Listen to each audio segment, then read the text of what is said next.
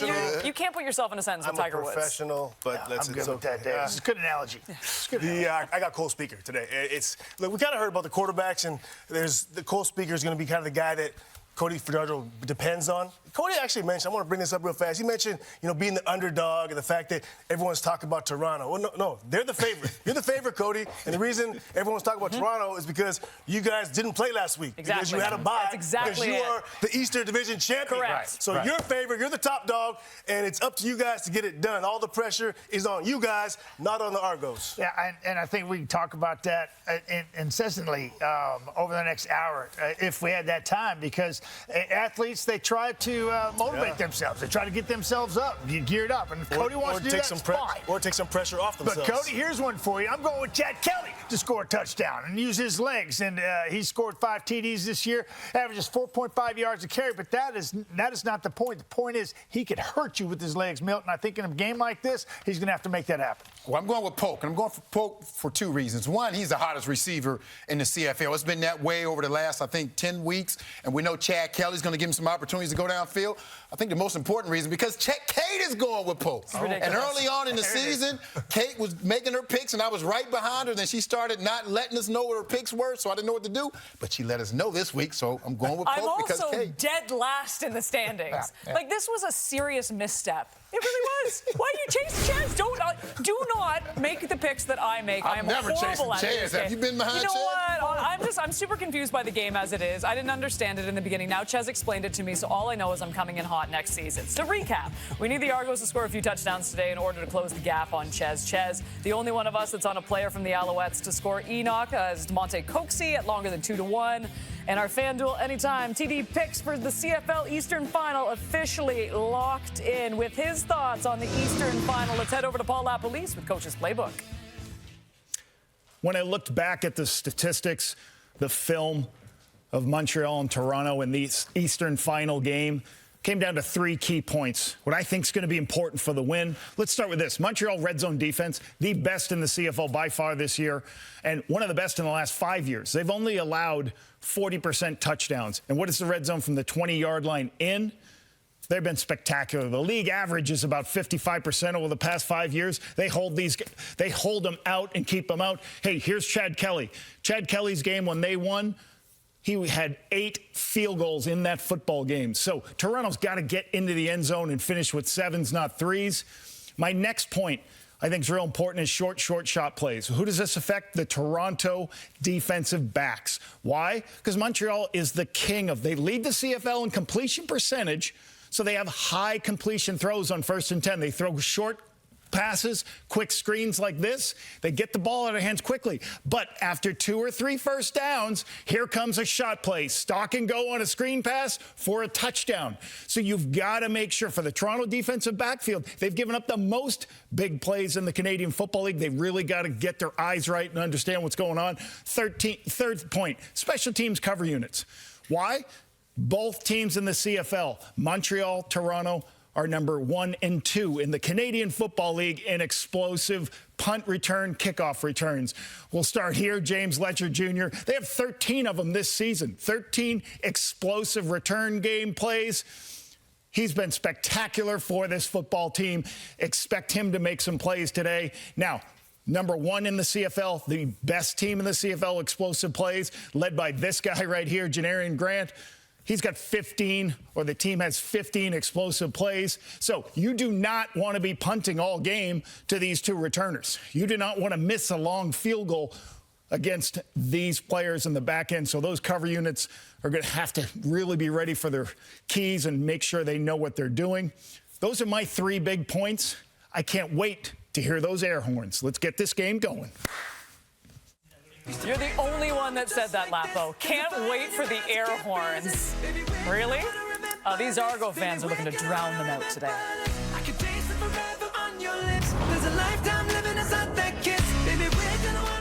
Montreal 6-2 versus East opponents this season. 28-10 at home in the postseason as well. No doubt these fans hope that they take their Alouettes over the top today. As Lapo said, too, the air horns will be in full effect.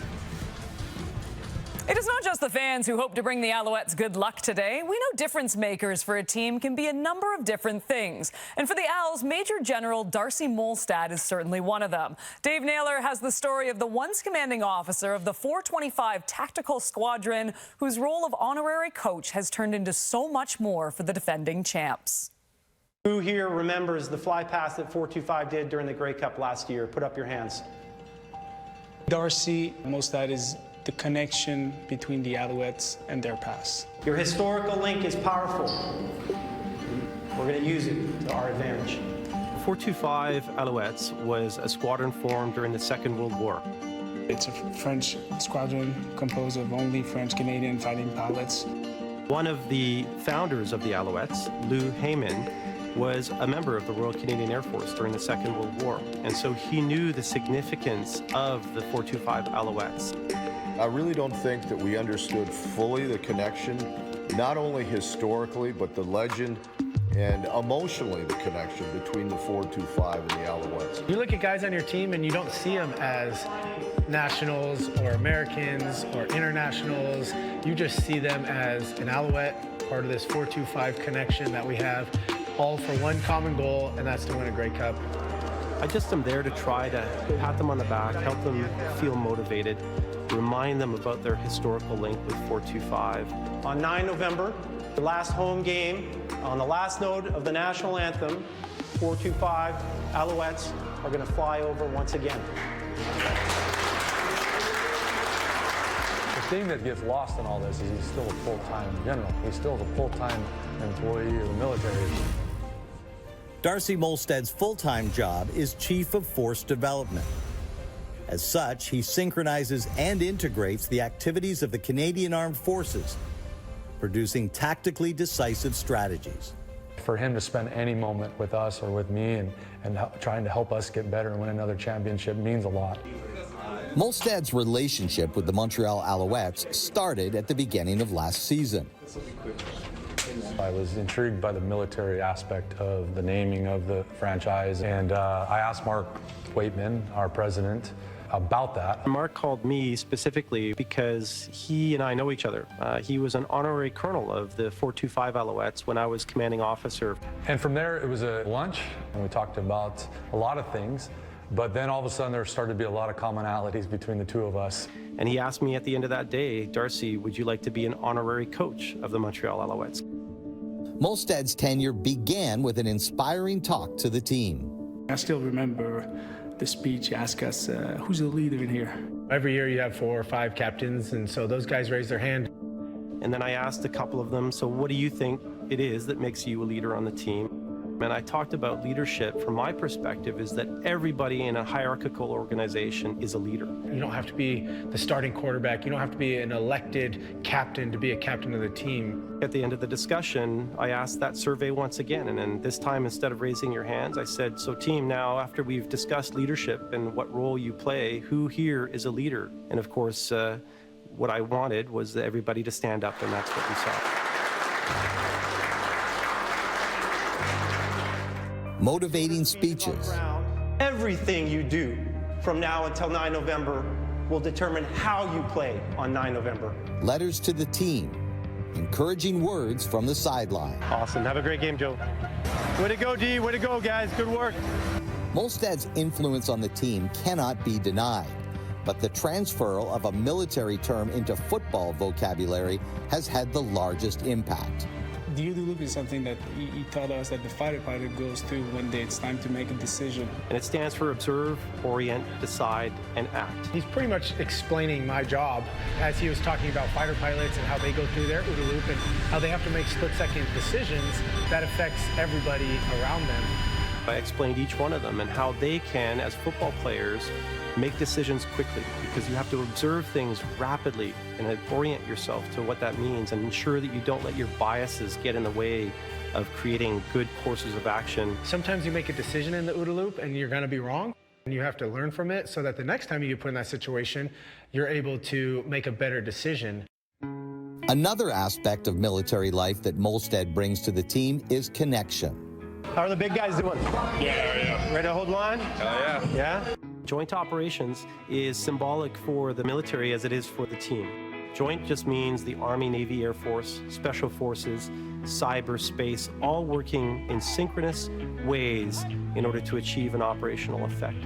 And for Jason and the team, it's offense, defense, special teams working together. He gave Coach Moss these actual coins, and it's 4 coins. 1 coin is for offense, 1 coin is for defense, 1 coin is for special teams, and then the last coin is the coach's coin. And it takes those 4 coins in order to come together to win a football game. My goal has always been just to give them 1 or 2 extra goosebumps on their arm, give them that extra connection with their history and heritage, help build those intangible strengths of a team. Prior to last year's Grey Cup, Molstad sent the team a video. I challenge you to treat every play like it's your last. Fight for your teammates, your family, your history, your fans. He got to witness that battle from the sideline in Hamilton. The Elves are the 2023 Grey Cup champions. And join in the celebration after. And he's part of this team, and he was with us every step of the way last year with the Grey Cup. I don't think about lifting any cups above my head. I think about being there at a game, giving a pat on the back, making sure the team feels like they're supported for me in my honorary role, and supporting them in any way I can. Major General Molstad certainly hoping his Alouettes punch their ticket to Vancouver, but we know this is just the start of the day. The Western Final between the Bombers and the Riders coming up a little later on. We're going to break that all down after this.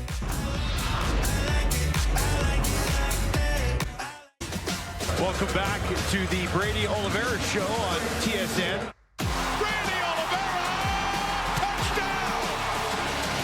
Drive featuring Brady Oliveira, never a bad idea for the Bombers.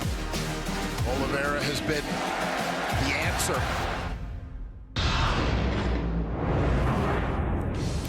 How good have the Bombers been as of late? Pretty darn good. This is the 6th straight Western Final for the Winnipeg Blue Bombers. They are 4-1 during that stretch. 3 of the 6 have been against the Rough Riders. The Bombers have won 11 of the last 13 meetings all time against Saskatchewan. With more on the Western Final, let's take you to Princess Auto Stadium and join Claire Hanna.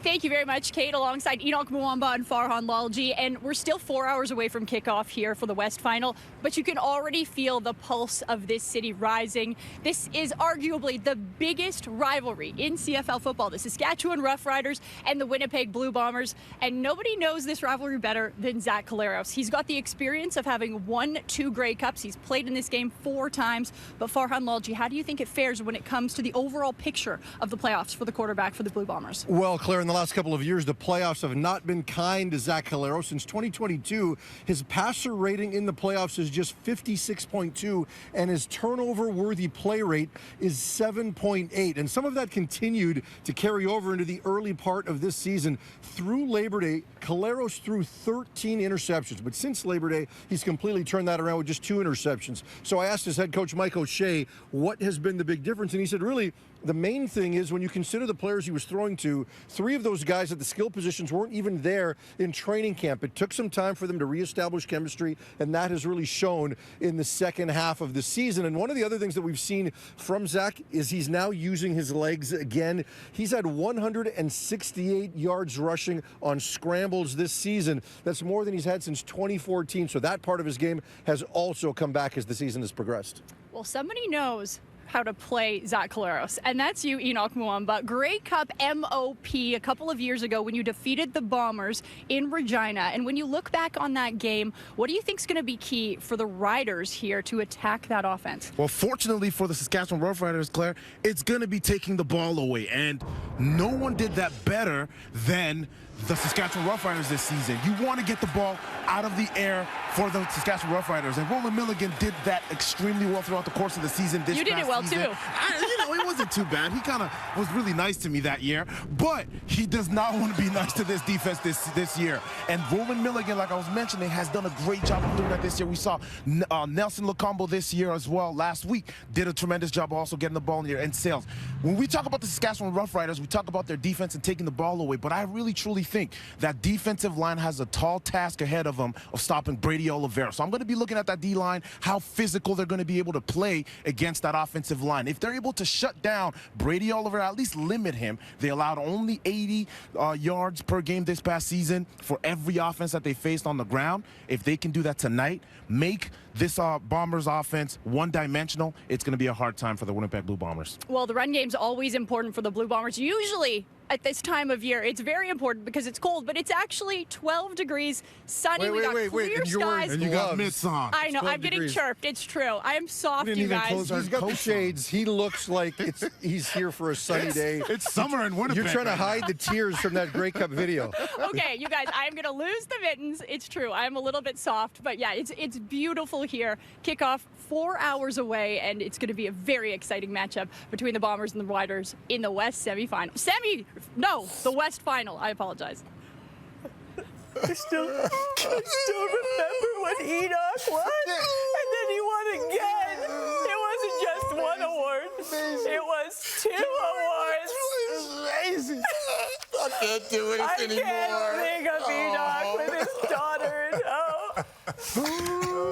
Love you, Enoch. Enoch, we love you so much. We were actually going to chirp the sunglasses, but then just the crying shots. Too much material, huh? Yeah, it's just too much material, if I'm honest with you. Milt, let's talk about Brady Oliveira because the key to this game, and we know that the Riders have a fantastic run defense, the best in the league this season, but Brady-O, the key to this one. Yeah, the running game for both of these teams. You start with Brady-O, and as you mentioned, Saskatchewan Roughriders, best run defense in the CFL. But they still have to get Brady-O involved in the game plan, because if they don't, they won't have an opportunity to win the game. And you spoke of it, Saskatchewan did great against him those 3 games, but they got Brady-O involved in the passing game. In one game, he had 80 yards. Another game, he had 60 yards. So they have to get him involved. He's not only the best player on the team, he's maybe the best player in the league. Then on the other side, also, Saskatchewan have to get their 2-headed monster going. The running game is going to control the outcome of this game. Yeah, you talk about Saskatchewan, Milt. Let's focus there. Have an opportunity to speak about this football team who's peaking at the right time in all facets of their game. And special teams-wise, and Mario Alford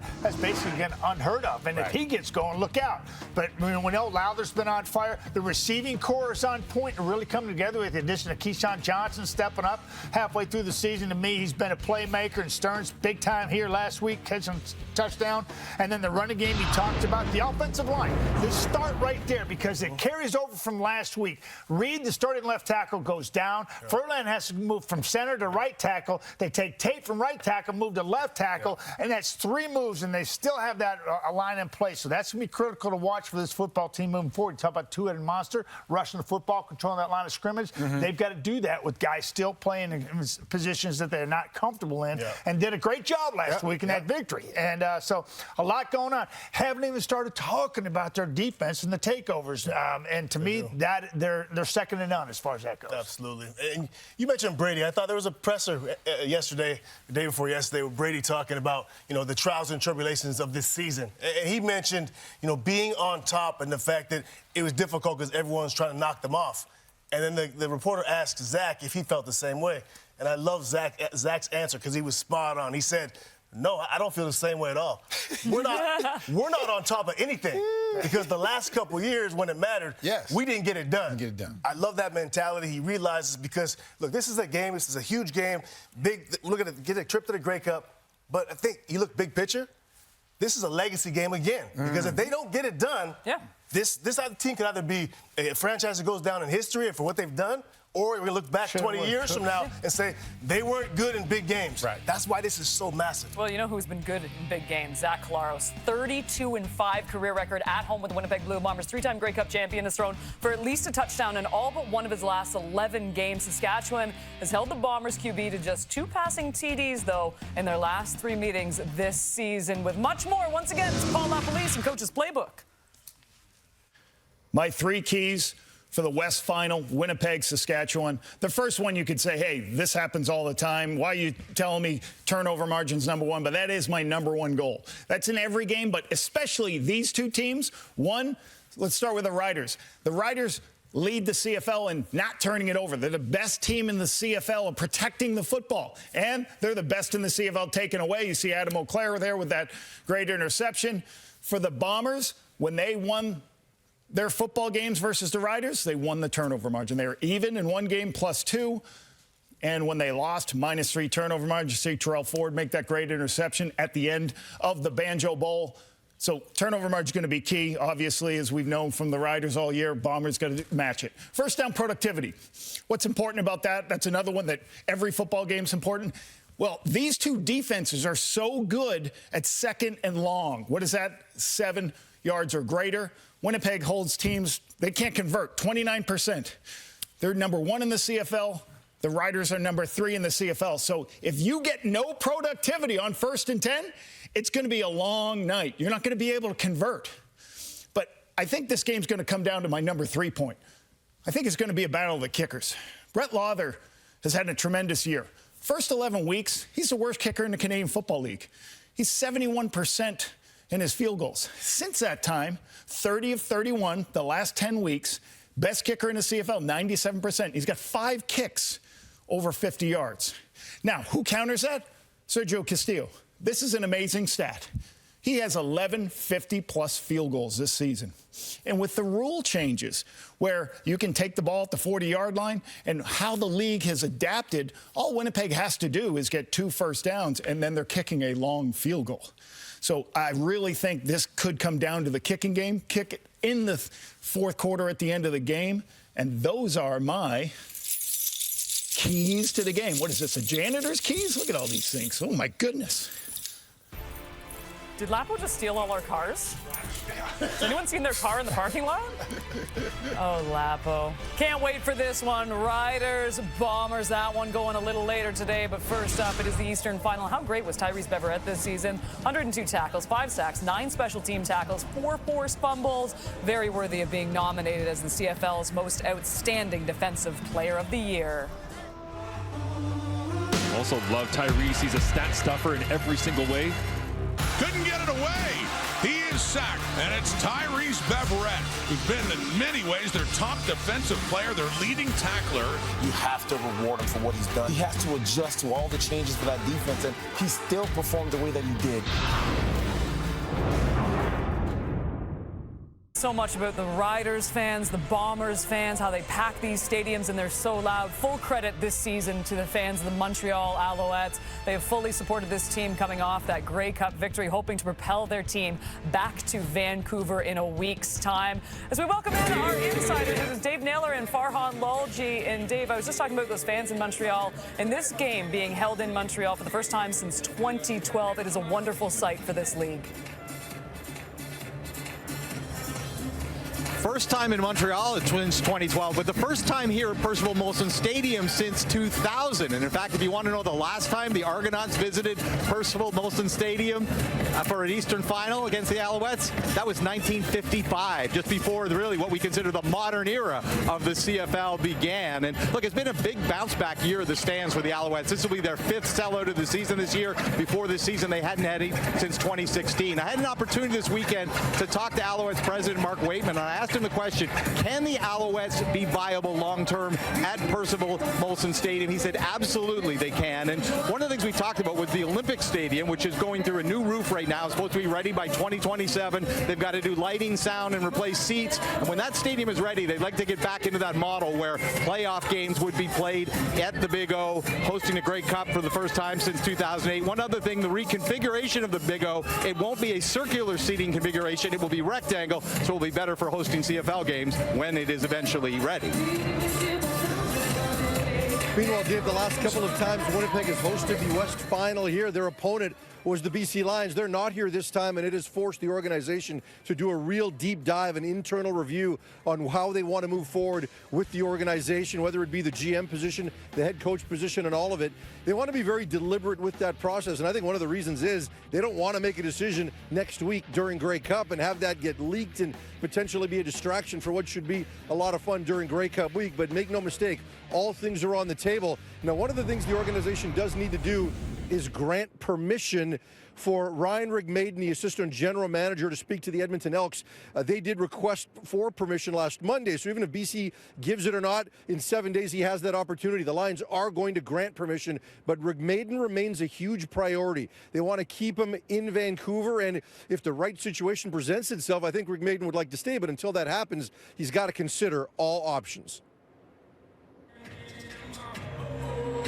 The Ottawa Redblacks made it back to the CFL playoffs for the first time since 2019, and it will be status quo for their head coach Bob Dice and general manager Sean Burke. In fact, I would expect they will both be offered extensions. There's 1 year left on each of their deals following this season. The Redblacks did make a move this past week, dismissing defensive coordinator Baron Miles, and I would look for a couple of veteran free agent defensive coordinators to be on the short list for general manager Sean Burke when he starts doing interviews. One would be Brent Monson, who was recently let go in Calgary, and the other Mark Washington, who was in Hamilton and was let go earlier in mid-season.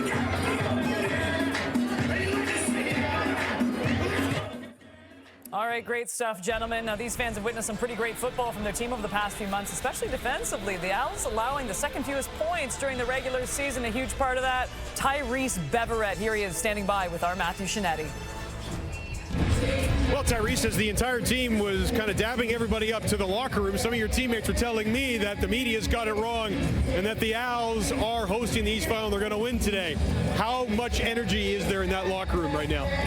Man, it's a lot, man. We've been here before. We know what it's going to take in these type of games. We know it's going to be a hard-fought game, and we couldn't ask for nothing better in front of this crowd, in front of these fans, man. It's going to be electric. Turnovers were so key last year. How much is this defense going to be hunting for them? I know physicality has been the motto that Noel Thorpe, the defensive coordinator, has really impressed upon you guys all year. I mean, turnovers is big. I mean, usually if you look at the stats, when you create 2 turnovers a game, most of the time you're going to win the game. So we know the importance behind that.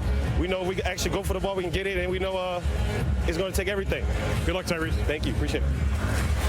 Well, absolutely no surprise here. Tyrese Beverette was one of the 2 Alouettes selected for the 2024 All-CFL team. The linebacker 4th in defensive tackles this season with 102. He also led the league with 4 forced fumbles this season. With more, here's Milton Ches. Tyrese Beverette.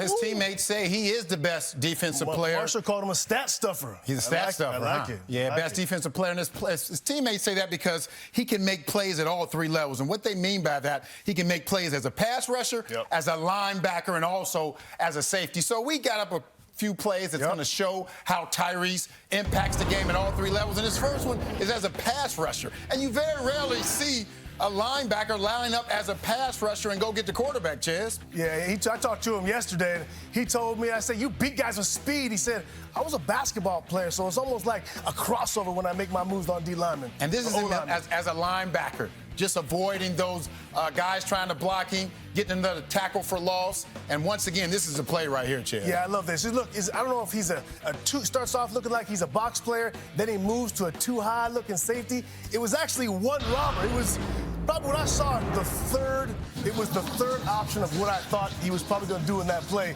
and he ended up coming down across the field and being a robber. I love what Beverette does. One thing we're going to look at in this game is circle it right now, because it is the key.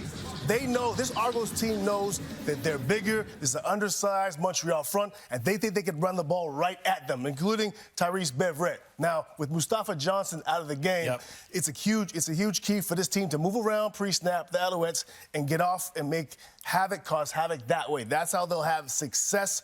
One thing to watch is the free safety, Dequoy against Kadeem Carey. That is the guy, watch this, circle it, that's the guy they'll leave unblocked. They'll block everyone else, they'll let him run at Dequoy, and let's see if Carey takes Dequoy for a 7-yard ride or Dequoy steps up in the hole and hits him. That's the key to this run game, the Argos run game versus this Owls defense. Noah Thorpe, their defensive coordinator, is going to have to be creative, and he's usually creative. Absolutely. He's going to have to be creative, moving those smaller guys around, causing some confusion. So he'll do a great job. KB.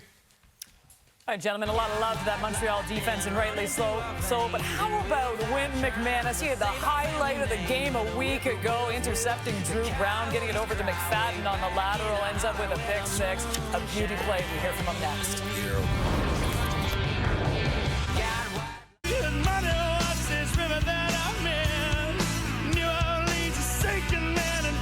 Wanna swim.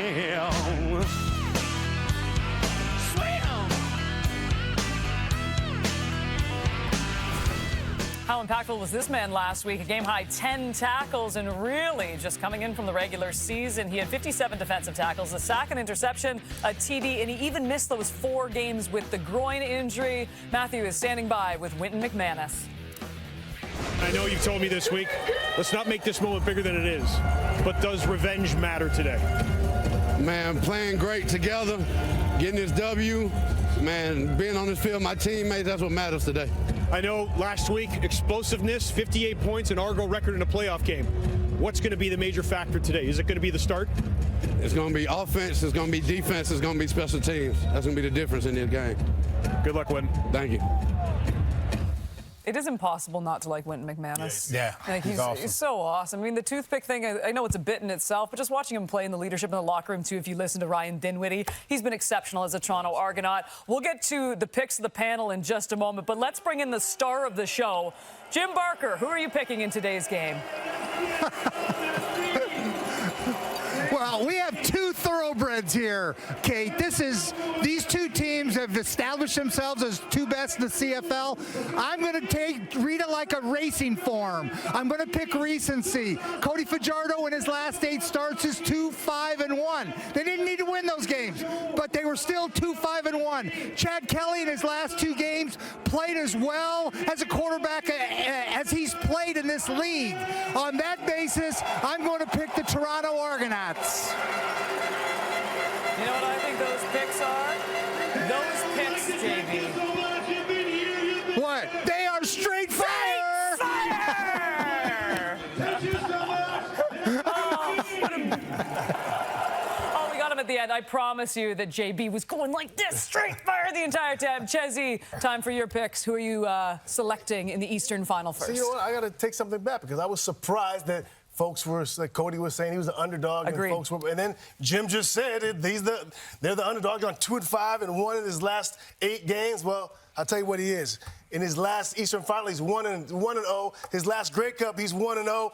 I'm going with the Cody Fajardo and the Montreal Alouettes. Hoo-wee. Man, I've been thinking about this, just mulling this over, Kate, and I am still at odds. Last week, I went with the 2 home teams, and they paid off. This week, I like what Toronto's doing. I like the Wynton McManus mentality. I like their mentality 1-0. Nothing wrong with Montreal and the grind for 9 like the grade 8 last year, but I really believe that Toronto's going to flip the script. They say defenses win championships. I don't agree with that, but maybe they win East Final. Maybe they can win the East Final. Yeah. And because of that, I'm going to go with Montreal. I think Chad will have a good game and get some big plays, but I think he'll try to make too many big plays, and Montreal will capitalize off of them. So because of that, I'm going with Montreal. I like this. I'm going to go 2-2. I am going to go with Toronto in this one, too. Just the way they played last week, the way Chad's playing, the way the defense is playing. I mean, they've been phenomenal to watch. But I'm with you, too. With Cody saying that, it lit a fire underneath them when all the media is talking about it, the Argonauts. It's because the Argonauts played last week. Not because Montreal are the defending champs. All the pressure on Montreal will get you to Percival Molson Stadium right after this. Give everything you got today. Do your job the best you can. Where my dogs at? Where my dogs at? Where my dogs at?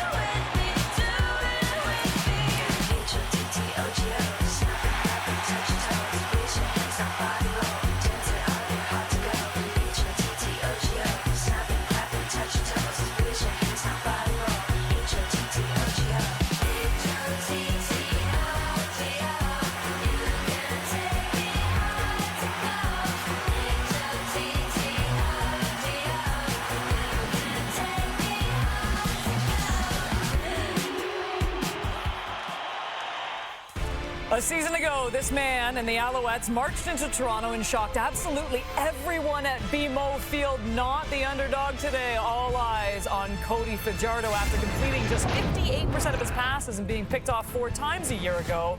Chad Kelly silenced all the doubters last week, completing an incredible 90% of his passes and throwing 4 TDs. Can he carry it into today? Montreal hosting the Eastern Final for the first time in 12 years, but the first time at Percival Molson Stadium since 2000, a sold-out crowd ready to rock.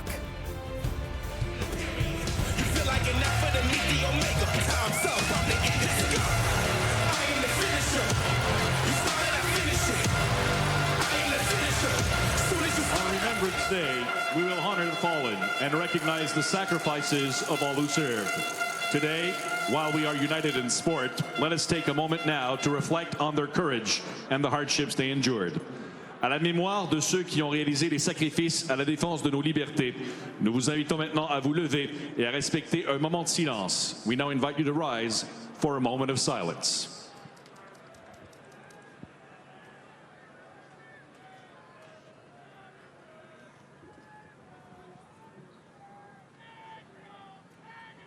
Merci. Thank you.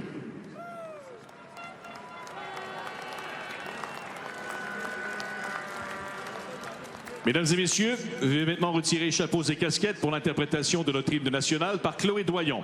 Ladies and gentlemen, please rise, remove hats and caps for the singing of the Canadian National Anthem by Chloé Doyon.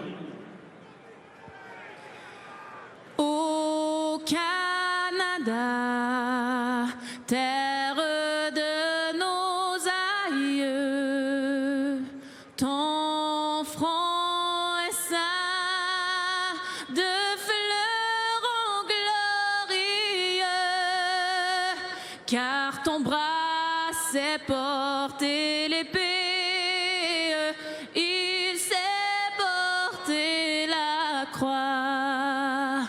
Ton histoire est une épopée des plus brillants exploits. God keep our land glorious and free. Oh Canada, we stand on guard for thee. Oh Canada, we stand on guard for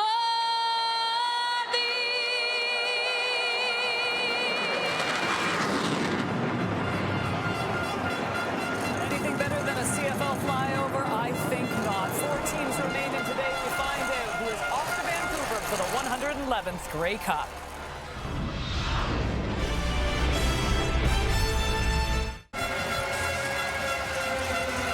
All right, Kate, we welcome you to Montreal on this clear, chilly afternoon in November. The first Eastern Final in this city in 12 years, the first one in the stadium at McGill in 24. But the familiarity is certainly there between the opponents, Dwayne Ford. 3rd straight year they meet for a right to go to the Grey Cup. And we all remember what happened last year. Certainly Chad Kelly does. Yeah, roughest start of the season for Chad Kelly in 2023.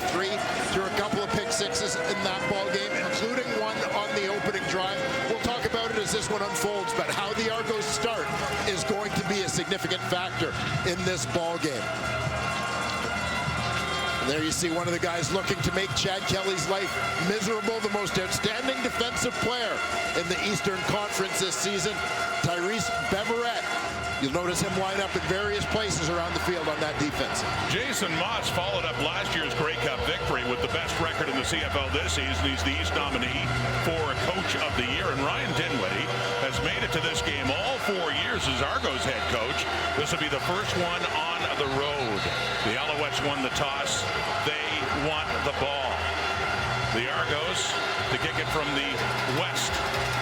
Heading west, Ryan Dinwiddie's team to send it the Alouettes' way. James Letcher back for it.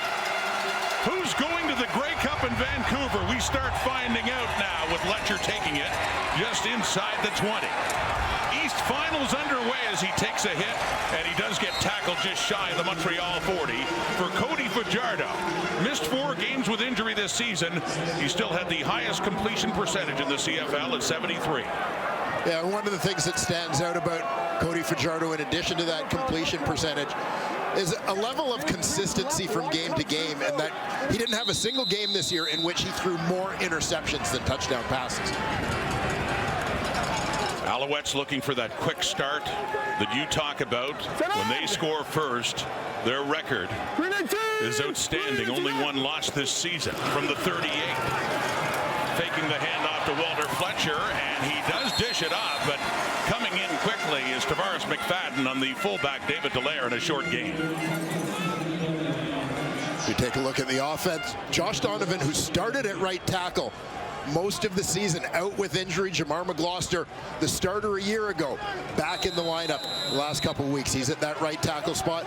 Cole Speaker, Montreal's leading receiver this season, leading receiver in each of the 3 games against the Argonauts in the regular season as well. 2nd and 7 after that 3-yard pickup by Dallaire. A 3-man rush, a quick throw, bobbled, nearly picked off as well. Tunde Adeleke had a chance. It was intended for Charleston Rambo. It's incomplete, and the opening possession for the Alouettes is a 2-and-out. Yeah, Charleston Rambo coming from the outside is going to work his way into traffic a little bit here with Sneed clearing things out. See good coverage on the play. Benji Franklin supplying the initial coverage. Adeleke in support, as you said, nearly coming up with the turnover. Back in week 6 on this very field, Janarian Grant had a punt return for a touchdown. Ended up doing it in 3 straight games. Joseph Zima to get this one away and sending it right as Grant takes it down around the 15, and not much room down there. He gets what he can before he is pushed out of bounds by Jacob Mason. Chad Kelly, the most outstanding player in the CFL 1 year ago, but his worst start in the CFL came in this game a year ago. He threw 4 interceptions. The Alouette defense dominated that day. They certainly did. And fascinating start to that one for the Toronto Argonauts as their offense was marching on their opening possession. As they got into scoring position, Marc-Antoine Dequoy came up with the pick 6 that just seemed to open the floodgates and get in the head of Chad Kelly. First play from scrimmage Argos, and that one sailing it off for Janarian Grant and a little bit wide for him. Tried to lead him, it falls incomplete. 2nd down. Taking a look at the Toronto Argonauts offense along the O-line. Ryan Hunter started most of the season at left guard. He's at left tackle today, the East Division's most outstanding offensive lineman. And keep an eye on Mackay Polk, over 100 yards 6 times in his last 8 games. He's been one of the great receivers in the CFL in the back half of the season. 2nd and 10. The Argo 26. Kelly steps up, gets rid of it. And it is intercepted. Najee Murray has it. He was waiting for it. And a good return here into the Argo zone. And finally he is tackled. And the ball came out. You can see who touched it before heading out now. And the Argo's offensive line is walking back out on the field. Yeah, Toronto touched the ball, so they got a break on the Murray interception leading to a fumble. Big break for the Argos as Kelly was picked on that pass. There you see it come out. Last one to touch it, Kadeem Carey. First big moment of this game, an interception by Montreal's Najee Murray, who had a great return, but fumbled the football, Dwayne, and the Argos got it just before going out of bounds. Yeah, forced pass, big mistake for Kelly out of the gate. Easy interception for Murray. Mackay Polk comes back and drops the hammer to get the strip. Looked like Murray was close to being down on that one, but ruled a fumble on the play. Argos come up with it. So a reprieve for Kelly and the Argos. First down and handing off on the sweep. It's Janarian Grant. Trying to make use of Grant's abilities in the open field. He has a good run there, taking it to the wide side for a gain of 12 and a first down. And taking a look at the Alouette defense, keep an eye on defensive end Isaac Adeyemi-Berglund, the East Division's most outstanding Canadian, leads the team with 7 sacks, 5 in his last 6 games played. Darnell Sankey is the team's leader in tackles. He and Beverett both over 100 on the season. Wesley Sutton, curious to see how much he's involved in coverage from that halfback spot, how often he blitzes, which he did on the interception. 1st and 10, and running again. It's Kadeem Carey who had a big day the last time the Argos played the Alouettes back in Week 17. In fact, the Argonauts dominated the running game in that 6-point victory. And here's a look at last year's Eastern Final matchup between these two teams. The struggles of Chad Kelly, pick 6 for Marc-Antoine Dequoy. The opening series, won in the 3rd quarter by Cabianento. One of 4 INTs thrown by the Argos quarterback in that ballgame. That Dequoy pick just set the tone for the entire game. Kelly is throwing. And that one, it was intended for Mackay Polk, who falls on it just in case it's incomplete. Wesley Sutton in on the coverage there. And the punting team will come on for Toronto. Yeah, big defensive play there by Sutton, because if he doesn't pop this ball out the way he's committed to attacking the football on the play, there's no one between Polk and the goal line if he's able to hold on to that one and make the turn. So John Haggerty will punt for the first time in this Eastern Final. In his 3rd year out of Sydney, Australia. And back for James Letcher, who became a game breaker last year late in the season, including a kick return for a touchdown in the Eastern Final against the Argos. Letcher inside the 25, across the 30 and to the 40. Alouette football. Cody Fajardo broke out as a Grey Cup champion last year, getting ready to go to work.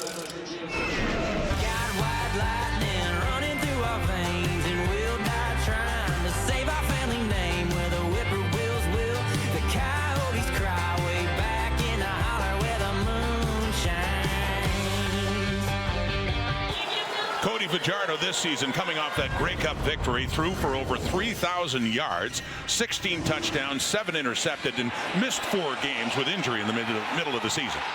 Yeah, and not to mention fighting through a lot of injuries in that receiving corps. A lot of personnel in and out. But Fajardo guiding this Montreal team to the CFL's top regular season record.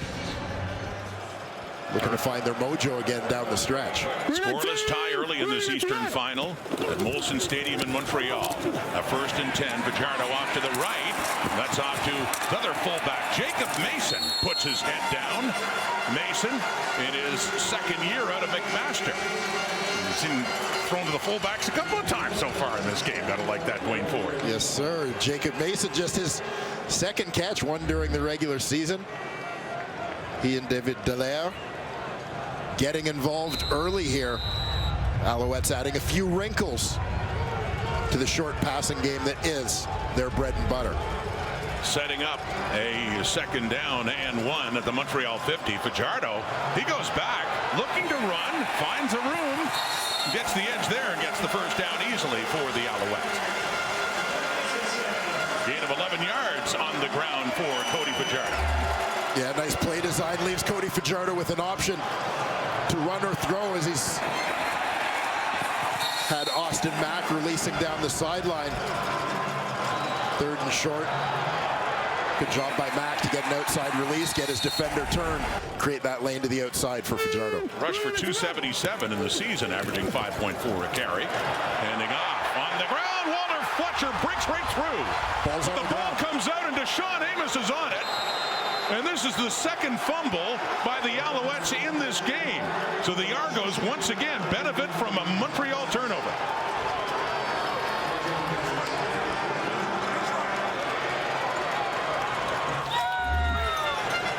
Yeah, set up for a big play here. Fletcher just to the left of that goalpost in the backfield with quarterback Cody Fajardo. Nice job up front, creating a run lane, but Mark Milton comes over the top with the strip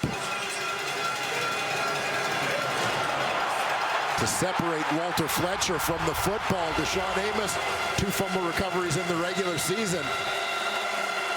Comes up with a big one here in the Eastern Final.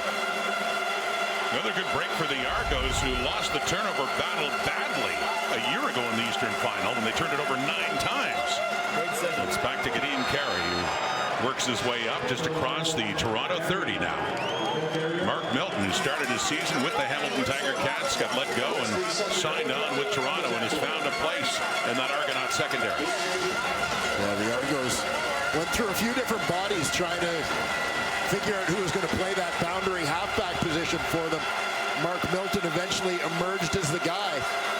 Comes up with a huge defensive play there.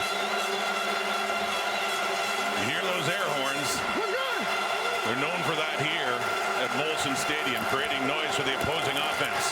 Blitz coming. Kelly gets rid of it, and it's caught by Mackay Polk. Up across the 50. The top receiver for the Argos, the rookie, Polk, their nominee, is Rookie of the Year with a big catch. Yeah, Polk on the left side of your screen gets an inside release. Working against Lorenzo Burns. As soon as Kelly sees that he's got the release, he's got position, he just lays it up there. And lets 15 go and get it.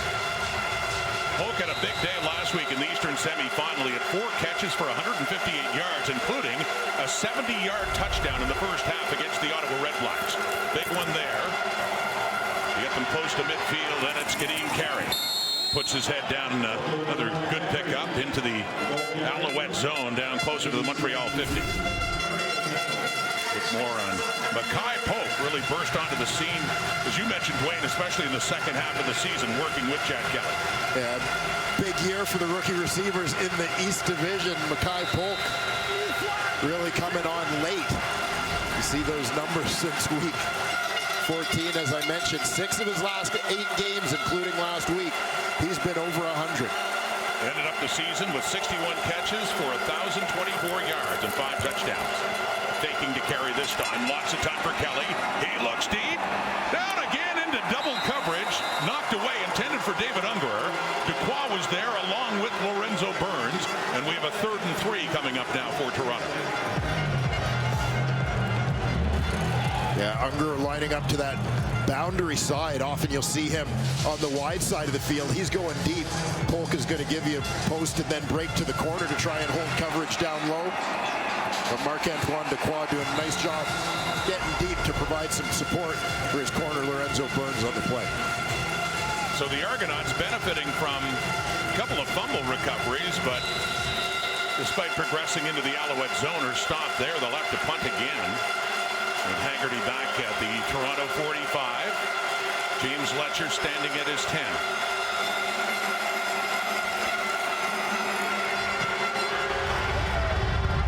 Letcher running over to his right. Just a beautiful punt. Impossible for Letcher to do anything with that. But John Haggerty. Ungerer broken up by Duquois. 0-0 tie, first quarter. The Argos co-defensive coordinators Will Fields and Kevin Iben. Even though it was a high-scoring playoff game last week, Dwayne, Toronto's defense really stepped up late in the game to seal the deal. Yeah, they certainly did. Winton McManus coming up with the interception, causing his coach's heart to skip a beat with the lateral. Tavares McFadden, who took that one to the house. Moments later, it was Benji Franklin going the distance on his own. The defense sealed the deal. Montreal ball on a 1st and 10. Fajardo moving around the pocket, looking to check it down. He does. For Fletcher, it's intercepted. Speaking of Benji Franklin and a pick 6. It's happened again for number 23, and the first points on the board in this Eastern Final. Also a pick 6, this time for the Argos.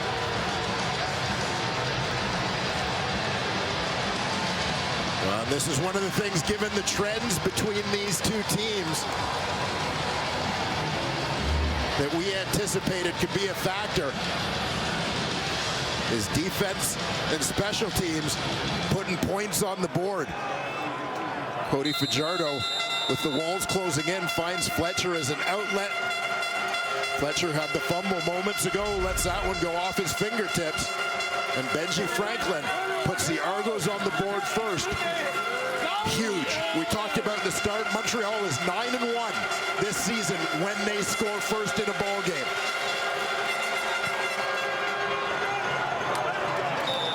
What a start. and reminiscent the other way around in this Eastern Final. This is what the Argos are looking for. Marc-Antoine Dequoy, a pick six to open the scoring a year ago. Benji Franklin to do the same for Toronto this time around. Yeah, Benji Franklin playing the boundary corner out near the top of your screen. Walter Fletcher in the backfield off the run fake. As Fajardo scrambles, you see Fletcher just gets himself into an outlet position with Isaac Darkangelo closing. Fletcher's eyes are taken off the football. He loses that one off his fingertips, and Benji Franklin, right place, right time. Back-to-back postseason pick sixes for the Argo corner. And coming off a game a year ago when turnovers were such a big part of the story, Dwayne, already in this game there have been 4 turnovers, 2 in one play. Najee Murray, the interception, then the fumble, another fumble by the Alouettes, and then that interception that goes back into Montreal's end zone by Benji Franklin. Yeah, big play for the Toronto Argonauts. Holding tough. We discussed it during the regular season. The games in which Montreal has struggled this year basically are when opponents get off to a good start against them, keep the game close, don't let Montreal get going. Montreal's designed formula for victories to get off to a good start. That's the reason they took the ball when they won the coin toss in this ball game instead of waiting to see the wind in the second half.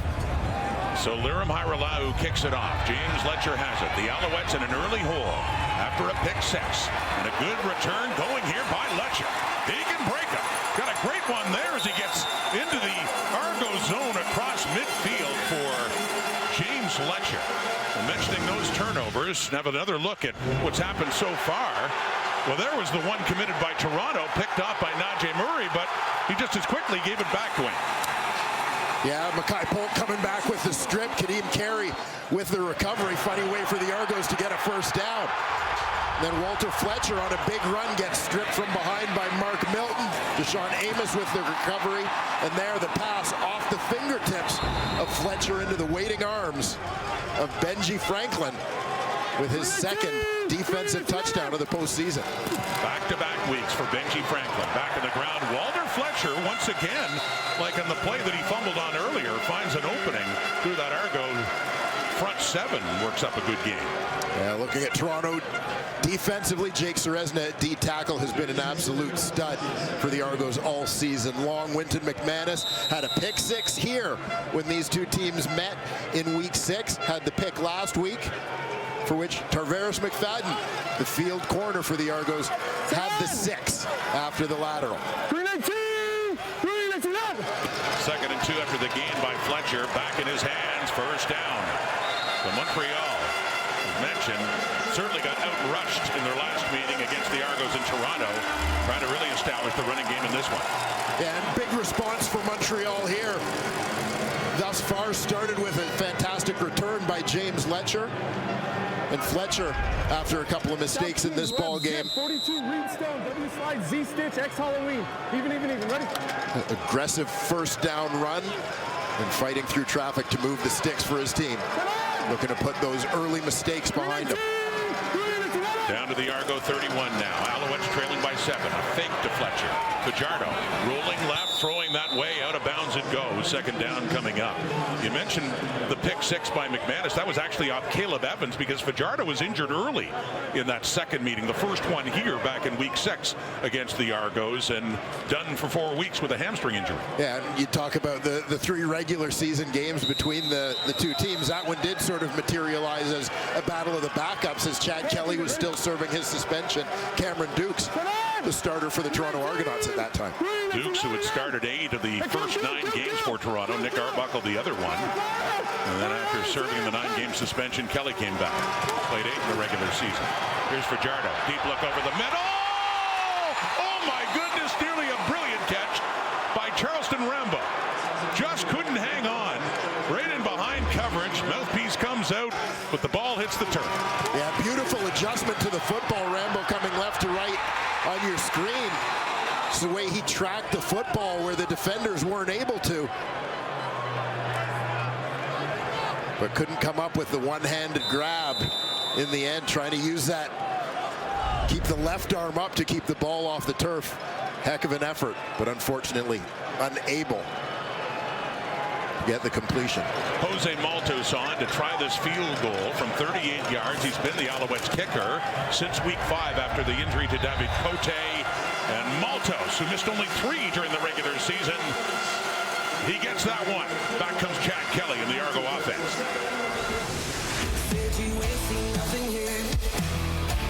Now, baby, you just ain't seen nothing yet. Here's something that you're never gonna forget. Oh, baby, you just ain't seen nothing yet. Welcome back to Montreal, where the Argos are up 7-3. And if you know that sound, you know you're in Montreal, and it is a pain for many of the opposition who come here. And it's not always great for the broadcast, but it adds something to the atmosphere. And Cody Fajardo knows it's a huge advantage for the Montreal Alouettes. As a starter for this franchise, I'm extremely thankful for them. Opposing, when I came in this place, absolutely hated them. So it just goes to show how effective they are. And I understood how effective they were, because when I came in this place as an opposing quarterback, I just understood how difficult it was. It just pierces, you know, the sound pierces through. I'm a big fan of them now. In the past, I wasn't, but I'm Team Horns. Cody Fajardo's understandably changed his tune here, but yeah, you'd be sure visiting QBs aren't big fans. Yeah, no doubt. You have to be prepared. It's one of the factors you're going to face here. Little screen set up to one of the newest members of the Argos. That's Jake Herslow, who's playing just his 3rd game. He finished the regular season, and then last week at the playoffs had a touchdown in each game. Yeah, I mean, there becomes a need as you see the aggressiveness of those with the horns.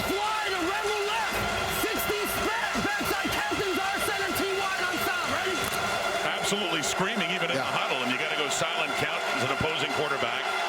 They're trying to do what they can to throw him off. 2nd and 6 after that pickup by Herslow. Kelly gets rid of it to Kadeem Carey, but the ball comes out, and they say it is incomplete, not a lateral, but it was close as they got the heat on Kelly, tried to just dish it off to Carey, but incomplete pass, 3rd and 6. John Haggerty will come back on. And watch the rush coming from the outside. It looks like Jeffrey Keta-Arku on the rush. Ryan Hunter, the left tackle, just gives up a little too much ground on that one. Pocket collapsing in the face of Chad Kelly. He's got nowhere to step up. He tries to improvise getting it to his running back. So defense has, for the most part, dominated in this Eastern final so far, including the points on the board. The courtesy, an interception for a touchdown by Benji Franklin. Alouettes did work down for a field goal last time, and they got that return coming up there by James Letcher.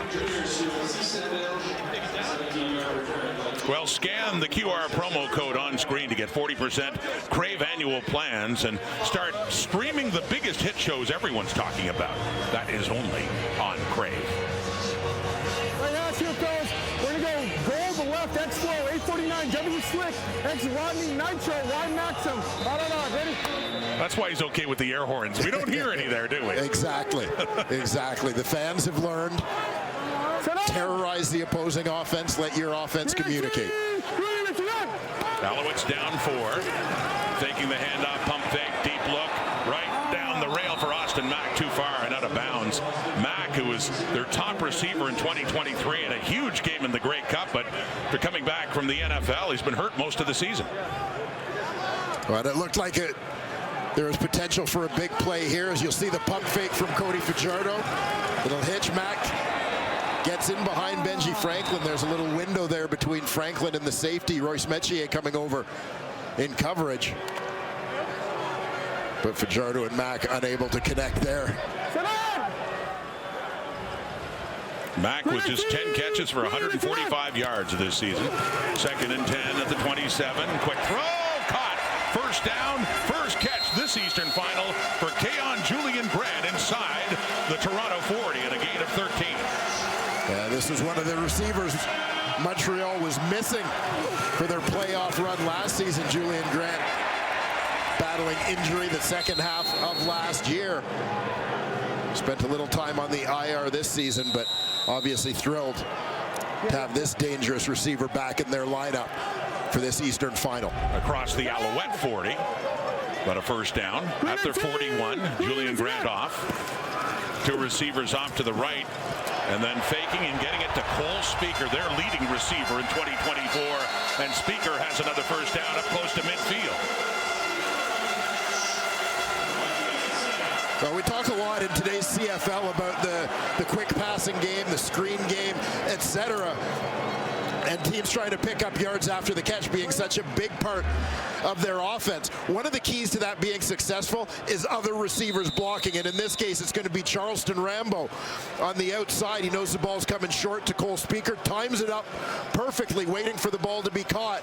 Then he latches onto the corner, Benji Franklin, to allow Speaker to escape outside. From the Alouette 53, another play action fake. Fajardo looks to take off. And he does. Takes a hit, slides down, and crowd's reacting to the hit he took as he looks to have another first down for Montreal, or very close to one. Yeah, the crowd looking for a call as Fajardo did slide, but it was late on the slide as McManus was already committed to the hit on the play.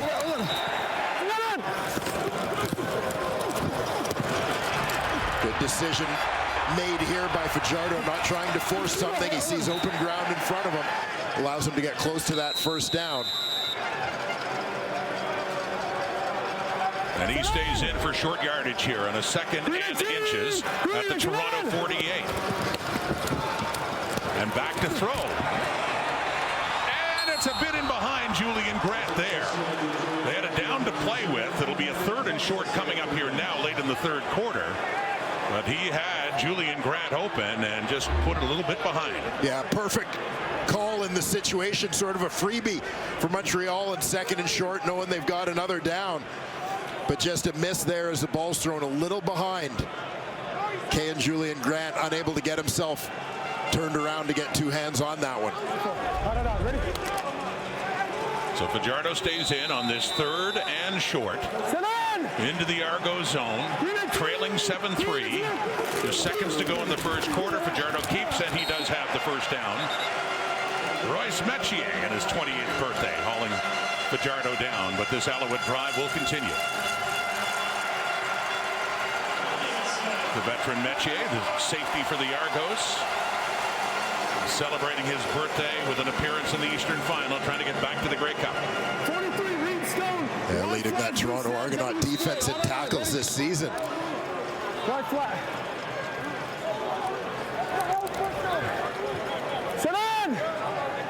Walter Fletcher back in the Montreal backfield. It's Tyler Sneed in motion and going back to the right, handing off to Fletcher and pushes up for a couple more yards. For Walter Fletcher, late flags coming out after that one is whistled dead. And what would be the final play of the first quarter?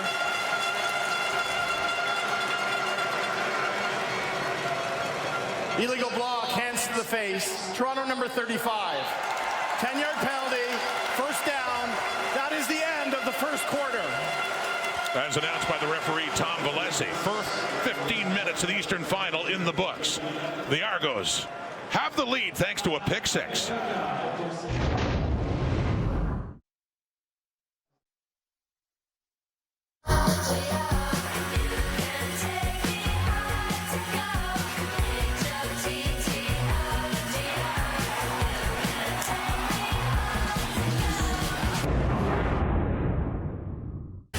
Back in Montreal, the numbers through a quarter. Like last year early on, this game being dictated by defense and problems with ball security. Yeah, it's been the story, absolutely, of the first quarter. 3 turnovers one way, 1 the other. Not a lot of huge offensive numbers so far. We'll see how things continue here as we go on. Well, let's get some thoughts from Jim Barker down on the sideline. Jim? Well, it's really interesting what Montreal's doing. On first down, they have all their defensive linemen in. They're running a double eagle, which covers every offensive lineman. Then on second down, all but Dylan Winley's. They have 1 defensive lineman in, and everybody else is linebackers. Sometimes they bring them, sometimes they drop them. But to the Argos, it's a tough look. Thank you, Jim. Boy, there's a man who knows both sides of this matchup in the East Final. Jim was with the Alouettes as a OC in 2002 against the Argos, and of course with the Argos when they came in here the last time it was played in Montreal back in 2012, and bumped as Austin Mack by Benji Franklin, who has the Toronto touchdown after that catch and a pickup of 6. Yeah, big collision there as we saw a little friendly chatter between these two earlier as Cody Fajardo tried to catch Benji Franklin. A little bit of a hitch and go move earlier in the ball game. R snag, S ball, Y fly, X hawk, church, W wide. On, ready? As Fajardo calls out the play. 2nd and 4 coming up at the Toronto 30, already in scoring range again. 3 and 2, 3 and 2. Halftime. Wanted to dish it off and he couldn't, so he just gets as much as he can down to the 29, but it's a 3rd down coming up, and looks like Jose Maltos will come on to see if he can add 3 more for Montreal. Good job. Good job. Yeah, Cody Fajardo facing some pressure from that Toronto Argonaut defensive line. Certainly one of the strengths of this double blue squad. A 36-yard try coming up here for Maltos. Had one from 38 before. He was 33 of 36 in the regular season. Joseph Zima to put it down. And Maltos is perfect to cut that Argo lead to 1.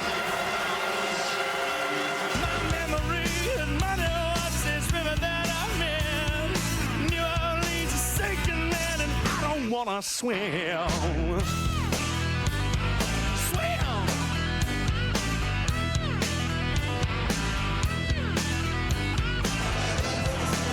In the second quarter of the 2024 Eastern Final, the winner of this game goes to the Grey Cup in Vancouver against either Saskatchewan or Winnipeg. That's to be determined later today at Princess Auto Stadium in Winnipeg.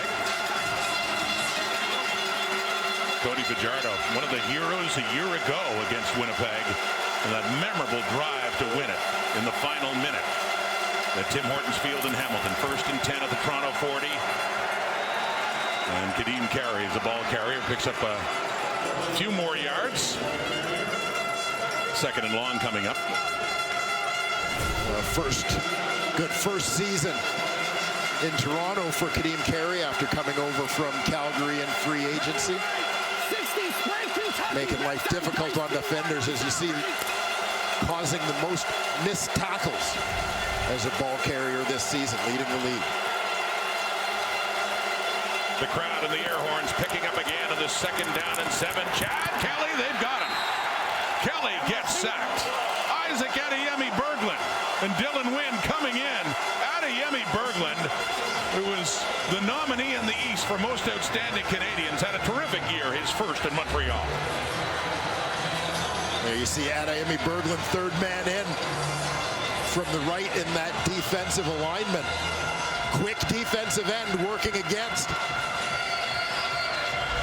an offensive guard, usually not having to deal with that kind of quickness in pass rushers. Dylan Giffen there beaten by Adeyemi Berglund. He was one off the lead for sacks in the regular season. He had 7. And that's 6 in his last 7 games for the Dartmouth, Nova Scotia native. Taking that punt is Letcher, 35-40, dancing around, and finally gets pushed back. D'Arcangelo and Adebaboy in there to take him down. Breakout year, Adeyemi Berglund, and the sack on Chad Kelly in a 7-6 Argo lead. Game 2nd quarter in Montreal. Argo scored first on a defensive touchdown, then back-to-back field goal drives by the Alouettes, who have the ball again just outside their 40. That is caught. The flag is out right away. Charleston Rambo just taking that one up across the 45.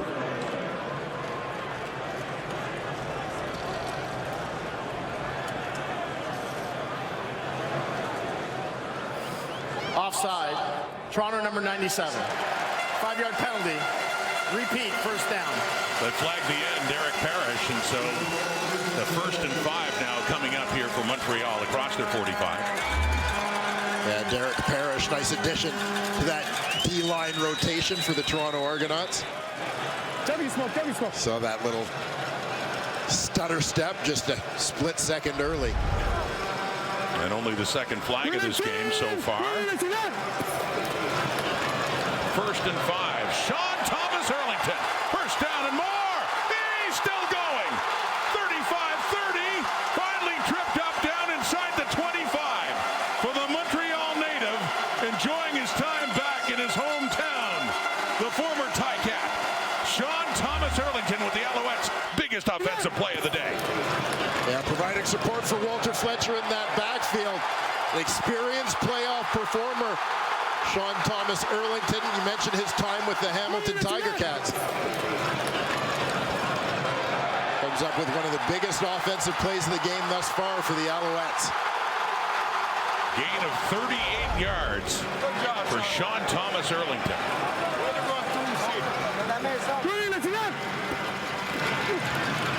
This time Walter Fletcher. 3-4 more yards. Thomas Erlington, by the way, knows what it's like to win a championship collegiately too with the Montreal Cataban. Playing for Danny Machoch's Cataban, a playoff game today, but another look at that run.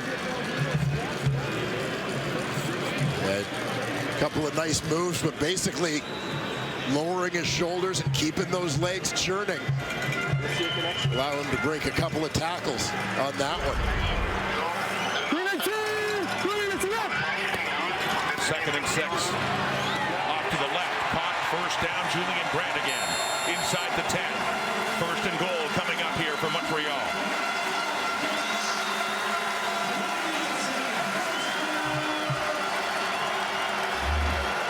Julian Grant just sits this one down in a hole in coverage. Easy throw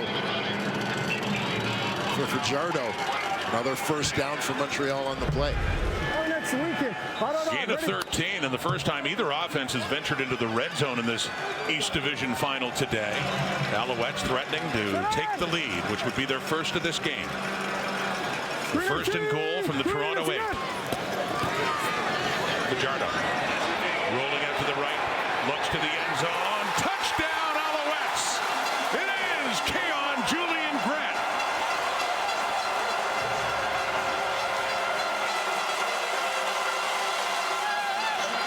He had one touchdown in the regular season. Got an even bigger one now.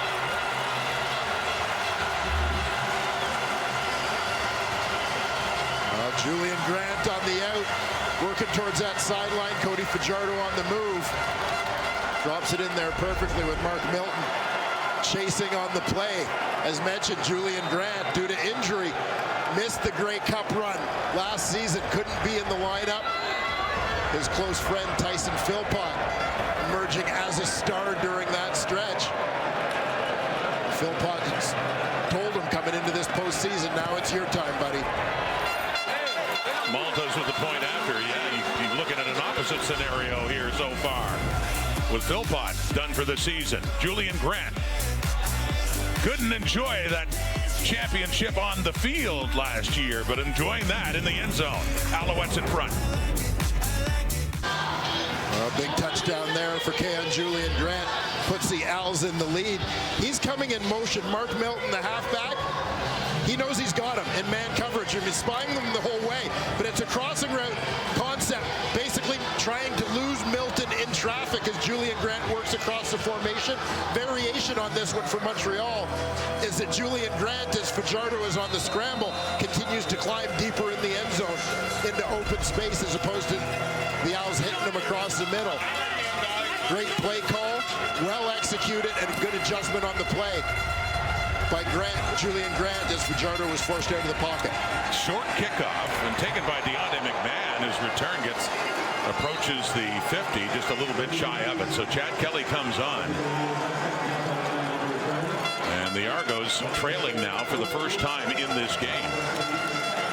It was tough on offenses on both sides, but for Fajardo, after the interception for a touchdown by Benji Franklin, Montreal's offense has responded with drives for a field goal, and then a touchdown to lead this one 13-7.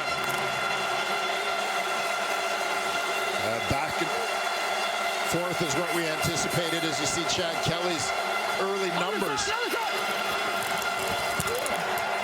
Throwing, intercepted Darnell Sankey. Second straight Eastern Final that Sankey has had a pick off Chad Kelly. And another turnover in this game. The second time the Argos have turned it over.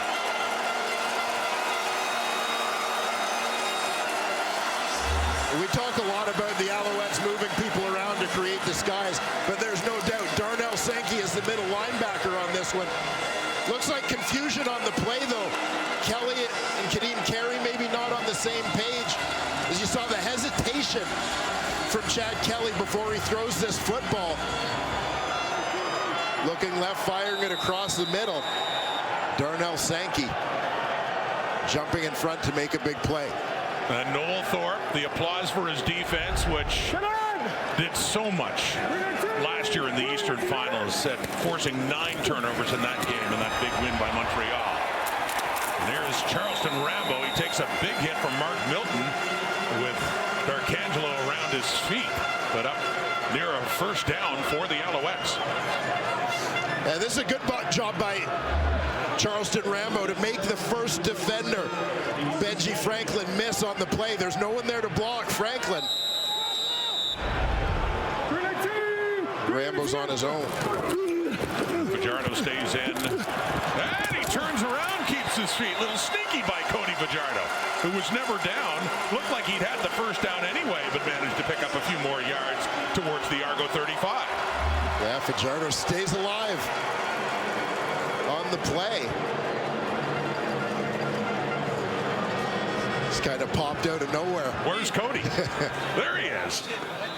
And a first down, Alouettes. So, you know, in scoring range again.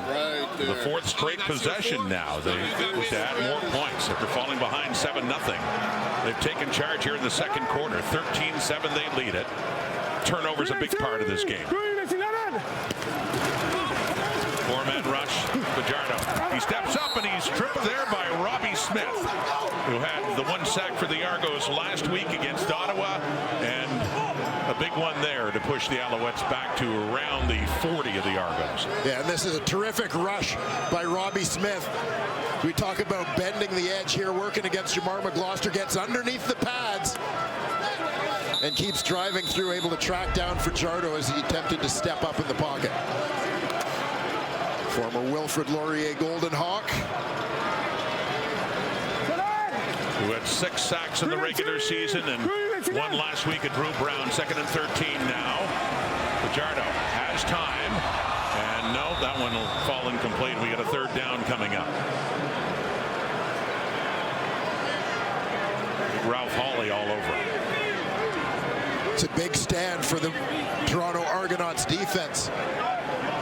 Following the turnover, with Montreal having grabbed momentum in this ballgame, as you mentioned, those 3 consecutive scoring drives for the Alouettes after the pick 6 by Toronto. And so Joseph Zima, well, we got Wynton McManus down on the field and hurt. This is the Alouettes who are lining up to try a field goal.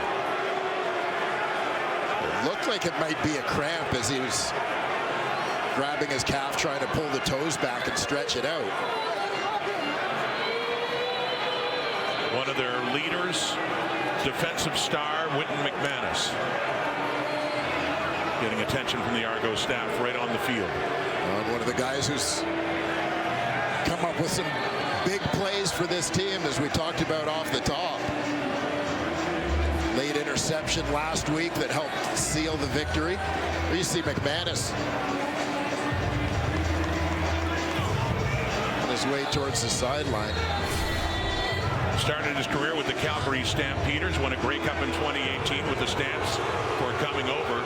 Since 2022, impressive numbers, and yes, the other intangible, the leadership that he's shown with his team as well. Yeah, making the move from the weak side linebacker spot that he's played much of his career into the middle for the Argos this season. Seems like Timer, can you please reset the clock to 5:57? Fitting position for a guy seen as one of the undisputed leaders of the Argo defense. Jose Maltos is 2 for 2 in this game. His longest this year is 53 yards. Joseph Zima to put it down at 47. And this to make it a 9-point game and make it 4 straight possessions by the Alouettes with points to show for it. If he can make it here. Maltos from Monterrey, Mexico is 3 for 3. The Alouettes down early, but taking charge now with 5.5 minutes to go in the first half. It is 16-7, Montreal leading.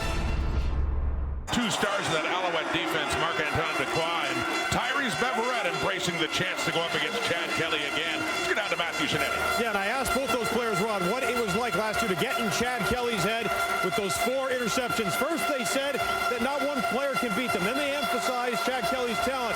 But then Dequoy and Beverette said they both remember last year. In particular, Beverette said on that first pick 6 that Dequoy had, he watched Kelly walk to the sidelines as Dequoy was walking into the end zone. And then Beverette smirked at me and said, we know we got to him last year. We know we rattled him. 2 picks so far today for Kelly. It seems they might be doing it again, Rod. Well, Matthew, yeah, we remember, of course, the Dequoy interception early last year, but then 3 straight possessions by the Argos. Kelly was picked off in the 3rd quarter last year.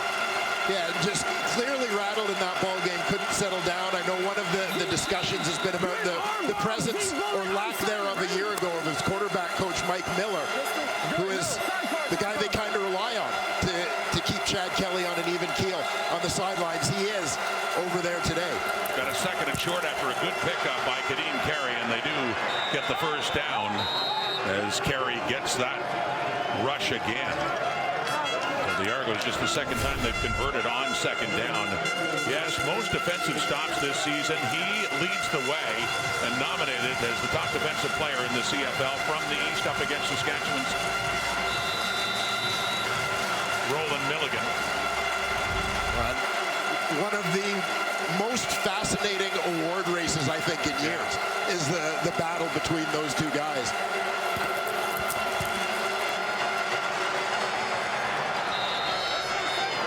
Tyrese Beverette asked about the season he's had and being nominated for most outstanding defensive player.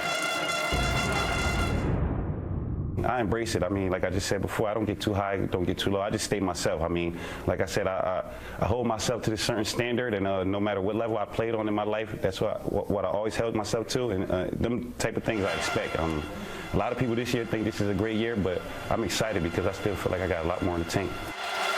Really found a home in Montreal, starting his career with Hamilton as a special teamer. 2nd and 7, midfield. Chad Kelly has time. He checks it down for Kadeem Carey and lost yardage on that. Back to the original line of scrimmage with Sankey right on it. And a 3rd down coming up as the Argo offense stalls again. You know, the offense stalls, goes off the field. I'm actually good with the decision by Chad Kelly here, not getting himself in trouble trying to force a ball downfield, but just checking it down, take what's there, give John Haggerty a chance to get out and punt, maybe let your punt unit get down and pin them deep. But Chad Kelly, if you remember last year, just kept trying to force the ball and make plays that weren't there. I got to hit that ball. That decision to me is a positive sign for the Argo quarterback. Another great punt by Haggerty. James Letcher, though, he finds some room, and he is knocked out by Teodric Hansen at around the 20. Emotions running high between these 2 teams. They have a history. This is the 3rd straight year that the Alouettes and the Argonauts have met in the Eastern Final. You know what fires them up? Not just the players, the coaches, too. Get an Alouette lead here. Under 3 minutes to go until halftime in Montreal. For halftime, we've got some breakdown of Montreal's defense.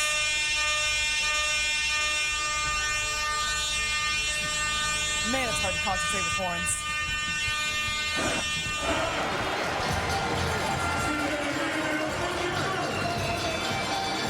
I can't hear the studio show for all those bloody air horns. Now you know what it's like, Rod. Could you hear Kate at all? How are we supposed to take our cue? We're back in action here now. Oh, Julian Grant, the intended receiver, couldn't hang on that hitch screen. Julian Grant with a touchdown earlier in the corner that has allowed the Alouettes to take charge of this game. Alouettes with a couple of drops in this one. Looked like they had shaken that as you see what they've done in their last 4 possessions. All scoring drives to account for their 16 points. But starting this time on their 18. And a second down now. It's caught. And it's Tyler Snead. Big part of the Alouettes' drive to the Grey Cup. And in the big game itself. Little receiver out of East Carolina. And what a difference he made for Montreal last year. Was injured through much of this season. And you're going to see Snead working out of the slot. The boundary side, drives his defender deep, works back to the football to secure that one in front of the halfback in coverage, Mark Milton.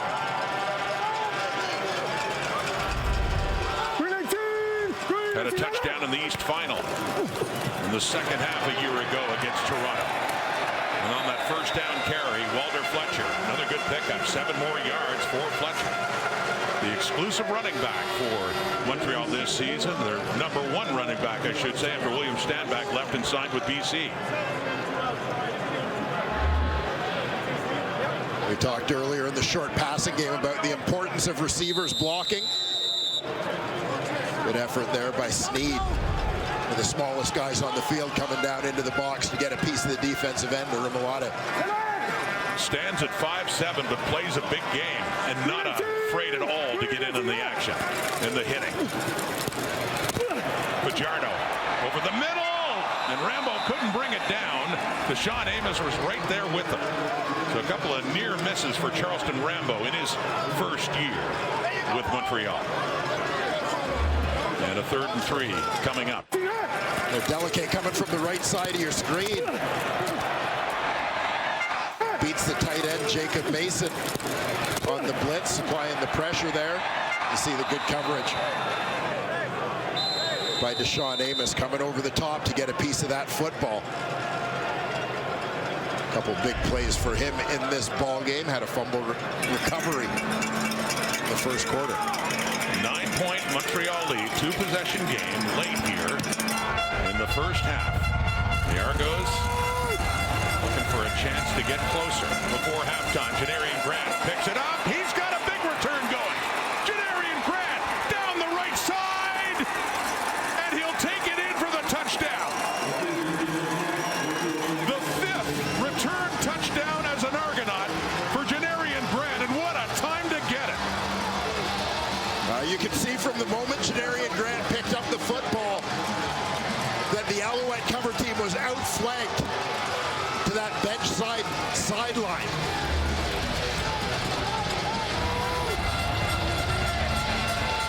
With the speed of Janarian Grant, his blockers did a great job getting on the Alouette cover team. Massive play for Janarian Grant. We've had games between these teams decided with the teams getting defensive touchdowns and special teams touchdowns coming out on top. The Argos have checked both those boxes already today. The pick 6 by Franklin, the return by Janarian Grant, who had 4 return touchdowns in the regular season. The first was a kickoff return of 103 yards right here at Molson Stadium in Week 6 in the Argos' victory over the Alouettes. What a spot for this one in the playoffs for Janarian Grant, who had 8 touchdown returns as a member of the Winnipeg Blue Bombers. Yeah, and you'll see with the ball on the ground, watch the job. Brian Haralamana in particular, right here, does a terrific job as Grant is picking up the ball of getting in position, recognizing that Grant's trying to get to the right. Haralamana, backup linebacker, terrific special teams player, another former Montreal Carabin. Could spend some time with the Alouettes. Springs the speedy Janarian Grant. Pulls the Argos within 2. Critical touchdown. You see Chad Kelly enjoying that one from the sidelines. Now, Montreal in this ballgame, they had taken a 9-point lead, which for me is kind of a critical number. When you look at Montreal during the season, any game in which they had taken a 2-possession lead, turned it into a 2-score ballgame at any point, Montreal is 8-1 in those games. To me, Toronto did not want to go into the room at halftime. Down by 9. Huge play by Janarian Grant before the half. You get the fewest games per kick return and touchdowns in the history of the Canadian Football League. At a rate of under 5 games getting a touchdown at 4.8. Remarkable. Bashar Livingston, great returner for the Argos, is next in that department. But Grant, the Winnipeg Blue Bombers knew it so well. What a difference he could make. And he does get another playoff return for a touchdown 2 years ago, did for Winnipeg, both in the West Final against BC, and he did it again in the Grey Cup against the Toronto Argonauts. To start the fourth quarter and a punt return touchdown. So they're within 2 points. That kickoff by Lira Mairalahu. And the tackle there by Teodric Hansen on James Letcher. Speaking of game breakers, we've seen Letcher do it the last time these two teams played. It was Letcher who had a return for a touchdown. Yeah, often, as I said, deciding factor in games between these two teams. When you look at it, East Final a year ago, Montreal gets 2 pick sixes and a kickoff return touchdown from James Letcher in that East Final.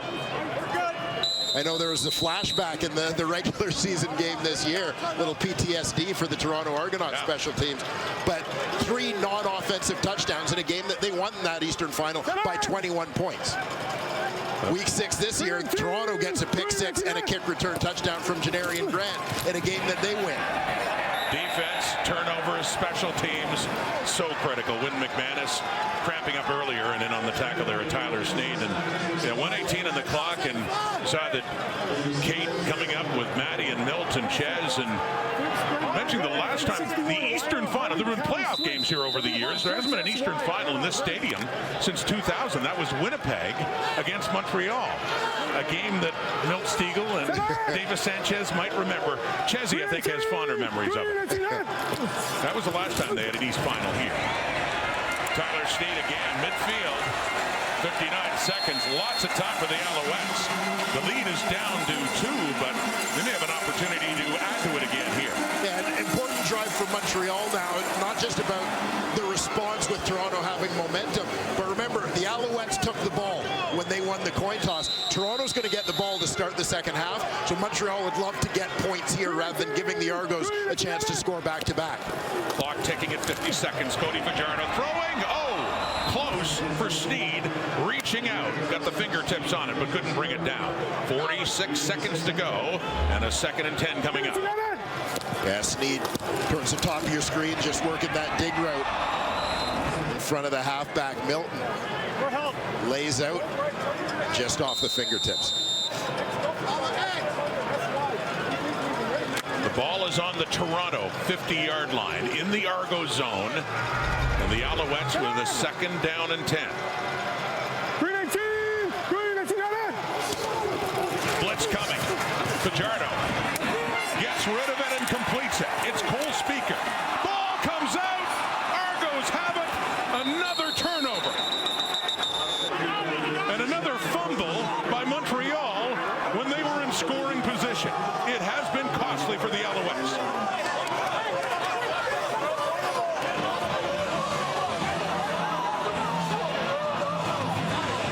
Turnovers not only led to Argo points, they've taken points off the board for Montreal.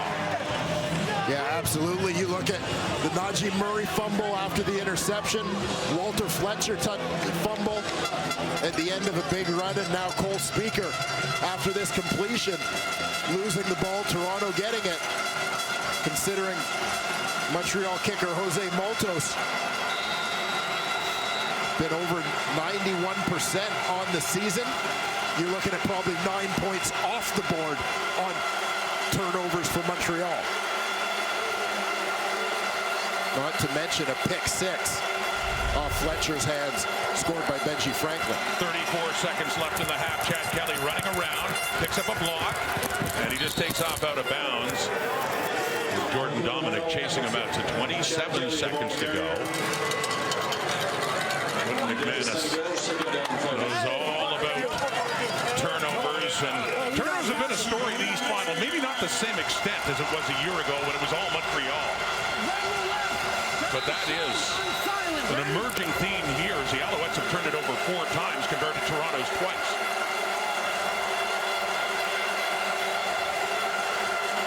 Trying to get in range for Lirim Hajrullahu. That is caught. Mackay Pope. Tyrese Beverett waiting a moment to touch him. They pick up a first down, 22 seconds on the clock. Lirim Hajrullahu. There you see the numbers, career long of 56. They need to get to the Montreal 49-yard line to match that attempt.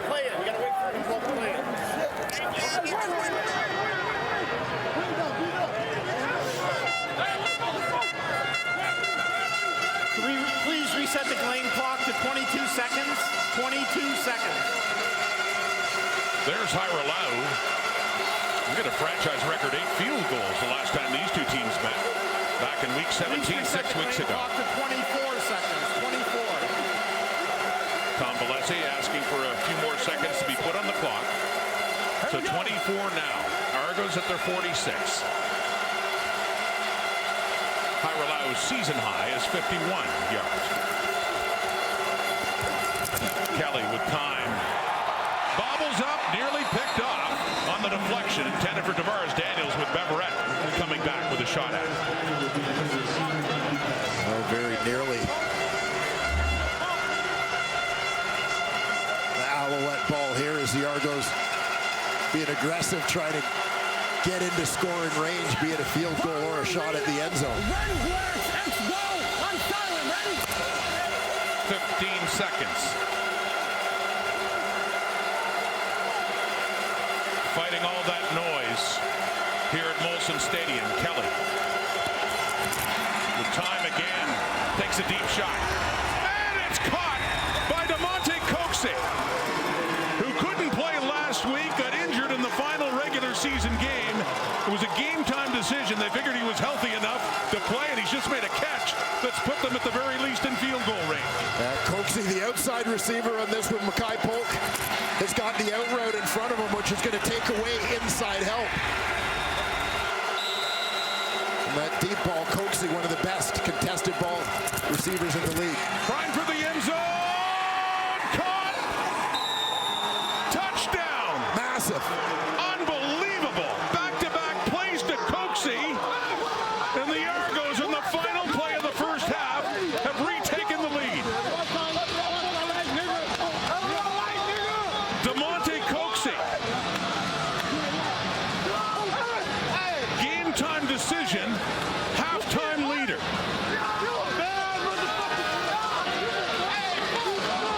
DeMonte Coxey has established himself over the last couple of seasons as one of the best receivers in the Canadian Football League in traffic.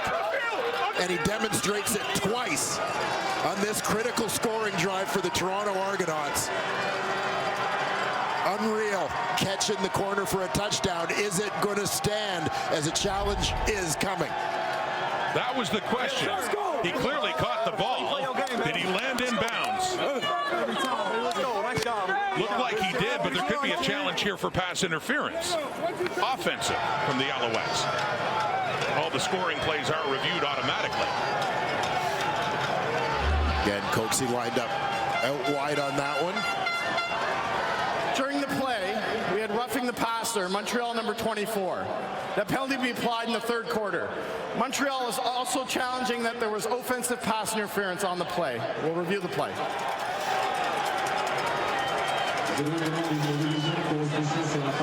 There's Coxey down the sidelines. Used the left hand a little bit to shield the defender.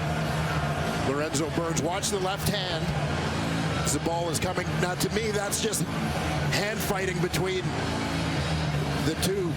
He didn't appear to really shove off.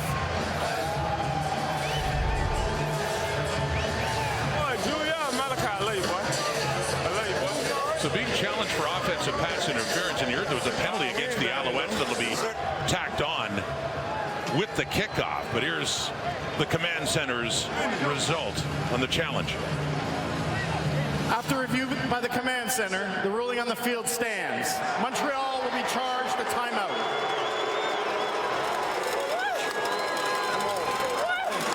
To DeMonte Coxey, not even targeted in the first half until the final minute, the final couple of plays, and big catches by Coxey. Injured and couldn't play in the semifinal last week. And Liram Hiralau with the point after. And suddenly, stunningly, for the Alouettes, who had taken control of this game, has seen Toronto come back and lead it by 5 heading to the dressing room. Touchdowns on offense, defense, and special teams in the first half of this ball game for the Toronto Argonauts, as they were down 2 possessions, down 9.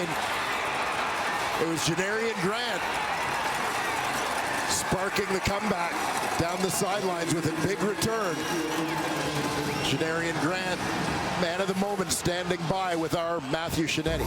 Janarian, I know your teammates have been asking for a return like that all week. How sweet was that? It was very sweet. I just thank God. One play at a time. That's what we got to do. We got to come out here and play Argos football. And how does this team keep stacking explosive plays off of your return? Those 2 huge grabs from DeMonte Coxey. We just got to stay level. Never get too high, never get too low. Just stay right in the middle, and after that, we're gonna climb. Everything gonna right for itself. Thanks for this. Yes, sir. Thank you. Well, Kate, in a matter of seconds, this game just flipped on its head. Back to you. Yeah, just wild, Matthew. And this is exactly what happened last week. It was a close game between the Red Blacks and the Argonauts at half. And then all of a sudden, a couple of big plays changed absolutely everything for Toronto. Back alongside Davis Sanchez, Matt Dunnigan, Milt Stegall. And look, the whole first half, we're sitting here and we're like, special teams is great for Toronto. The defense has been great, but their offense can't get going. Chad, his numbers were atrocious. All of a sudden, 2 big plays, and we got the Argonauts up by 5. Yeah, and that last play was 2 plays by Coxey, but the one in the end zone, the touchdown. Here's the thing for the officials and the command center to keep in mind as you look at this. That was definitely a push off from Coxey, but it shouldn't have been a penalty. So good call. But when defensive backs and receivers are hand fighting, you got to let it go because of that push off, he made separation. But the defensive back in that spot has to hand fight to keep his hands off him from getting pushed. So just a little reminder, that was well played and a good call, just a good catch. But those 2 plays from Coxey obviously going to get this offense going in the second half are huge because Chad in the passing game struggled mightily. We came into this game talking about the running game for the Argos and Kadeem Carey, how key that was going to be. It was really Walter Fletcher that was the key. He's averaging almost 10 yards a carry, but now I think a little bit of confidence for Chad and this offense moving in the second half. Yeah, and before Coxey made those plays, we were like, the Argos, they should be happy that they're going to go into halftime only down by 2 points because of the way their offense is playing, and a big reason because there are other facets of the game were making plays. And if you're a good team, you have to find multiple ways to win when one facet is not playing well, and so far they've been doing that with their defense. Benji Franklin, I think that's your favorite DB in the CFL. He's athletic as heck. Yeah, and what about this man? And no disrespect to Sean White, but this is the special team player of the year. This man right here, the dread man, Janarian Grant, putting his team in a position to have an opportunity to win this game in the second half. We call those the equalizers. That's what happened when your offense is not playing well, because that's the unit that usually score, but their defense and special team is helping them out. Now they come into halftime, and they come out of halftime with the lead. That's big for Chad Kelly's psyche. Oh, my God. You got that right, because his psyche was going crazy in the first quarter and a half, 2 quarters. You talked about it, Kate. You mentioned what happened last week right before the half. Squib kick gone awry for Ottawa. Then what happens? Boom. It sets things up for Chad Kelly in that offense, and it sparked him in the second half, and the defense took it over and finished the deal. Here, look at what happens here. Janarian Grant stays in the game after opening kickoff. Chad Kelly can't even get a hit screen to him. And then here, just scrambled to his left, pressured. I think his arm, to his benefit in defense, I think his arm gets hit, throws a pick to Murray. Unbelievable, nasty start. And then deep ball on 2nd and 3. He pushes it to Quash. Should have had an interception there. And this is a second interception. Here, you've got Dominic stops his arm, ball comes out clean, then Ugawak tips the ball to Sankey for his second interception. Things are going sideways quickly in the first quarter and a half for the Toronto Argonauts, and you see Noel Thorpe just relishing in the fact that he's all up into offense, to Toronto's offense, and shutting down and rekindling those thoughts. But my goodness, how things turn around, how he settled things down, 2 quick throws to Coxie, and bang, they're right back in it. And this football team is dangerous because we know that they can lock in a hurry. Well, and that's what we said, too. I mean, the second half was completely different for the Argonauts last week. We'll see what they do in the second half. But now let us join Jim Barker, who is in Montreal. JB, that was a wild ending to the first half of football there. Chad Kelly finally finding his groove for the last 2 plays. We'll see if he can continue that. But for the Alouettes, what adjustments would you like to see in the second half? Well, the Argonauts never got in rhythm. Even though the last drive, I mean, they threw 2 balls up. Coxie made great plays. They were great throws. But they haven't gotten themselves into any kind of rhythm, and they haven't shown that they're going to be able to figure out what Noel Thorpe is doing. Every single time, second down, they are bringing in all linebackers, and they all line up on the line of scrimmage, and half of them come. They drop sometimes. The Argos are confused offensively, and if they don't get that squared away at halftime, this is just a matter of time. The Alouettes are running the ball better than I thought they could inside. I didn't think they'd run the ball real well inside. Can they stop their turnovers? Well, they better, because that's what's kept the Argos in it. A little bit of vintage STE. JB, that breakdown was straight fire. Oh, he just That is straight fire, Kate. All right, the Argos, obviously a huge end to that second half. Chad Kelly just loving what Janarian Grant was doing. We're going to get you to Winnipeg for breakdown of the Western Final right after this. Straight fire. It's all in my head, but I want non-fiction. I don't want the world, but I'll take this city. Who can blame a girl? Call me hot, not pretty. Baby, do you like to be? I'm made so you dance with me. It's like 199 degrees when you do it with me, do it with me. What's this river that I'm in? New Orleans is sinking, man, and I don't wanna swim.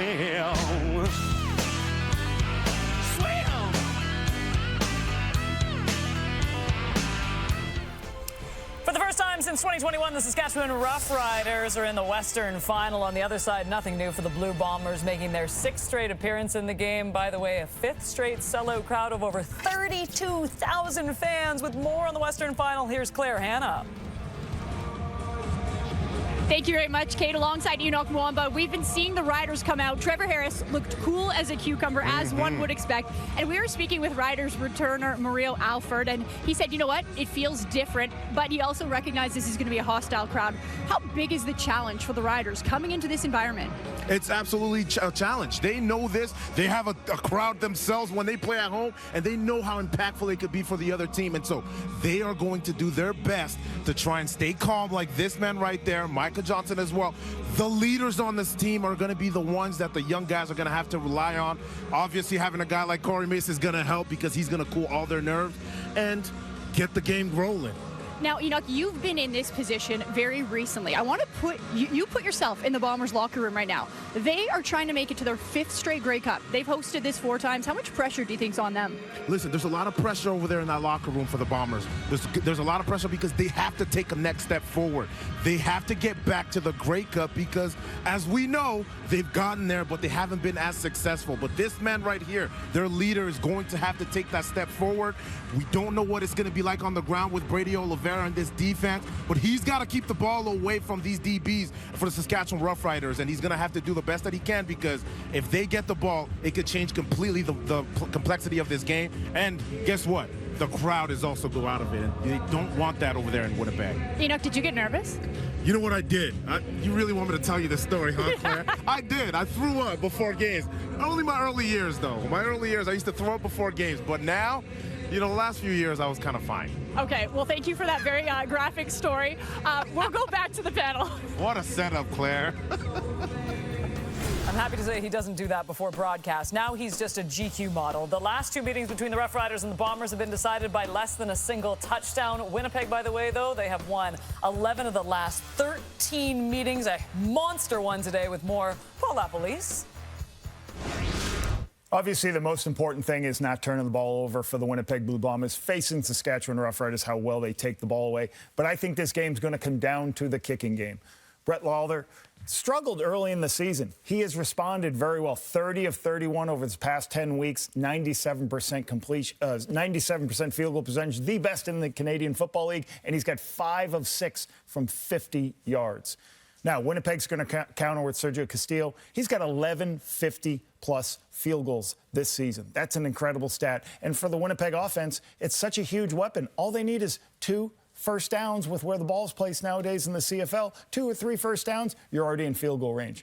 That is going to be a key today, how these kickers respond. We'll see how the weather is, but that's my biggest key to the game, Kate. Lapo, if you can believe it, the weather looks absolutely sensational in Winnipeg today. You spoke of that turnover battle. Toronto winning that one so far, 4-2. Montreal had done such a good job of taking care of the ball all season. They're down currently. We'll get you back there after this.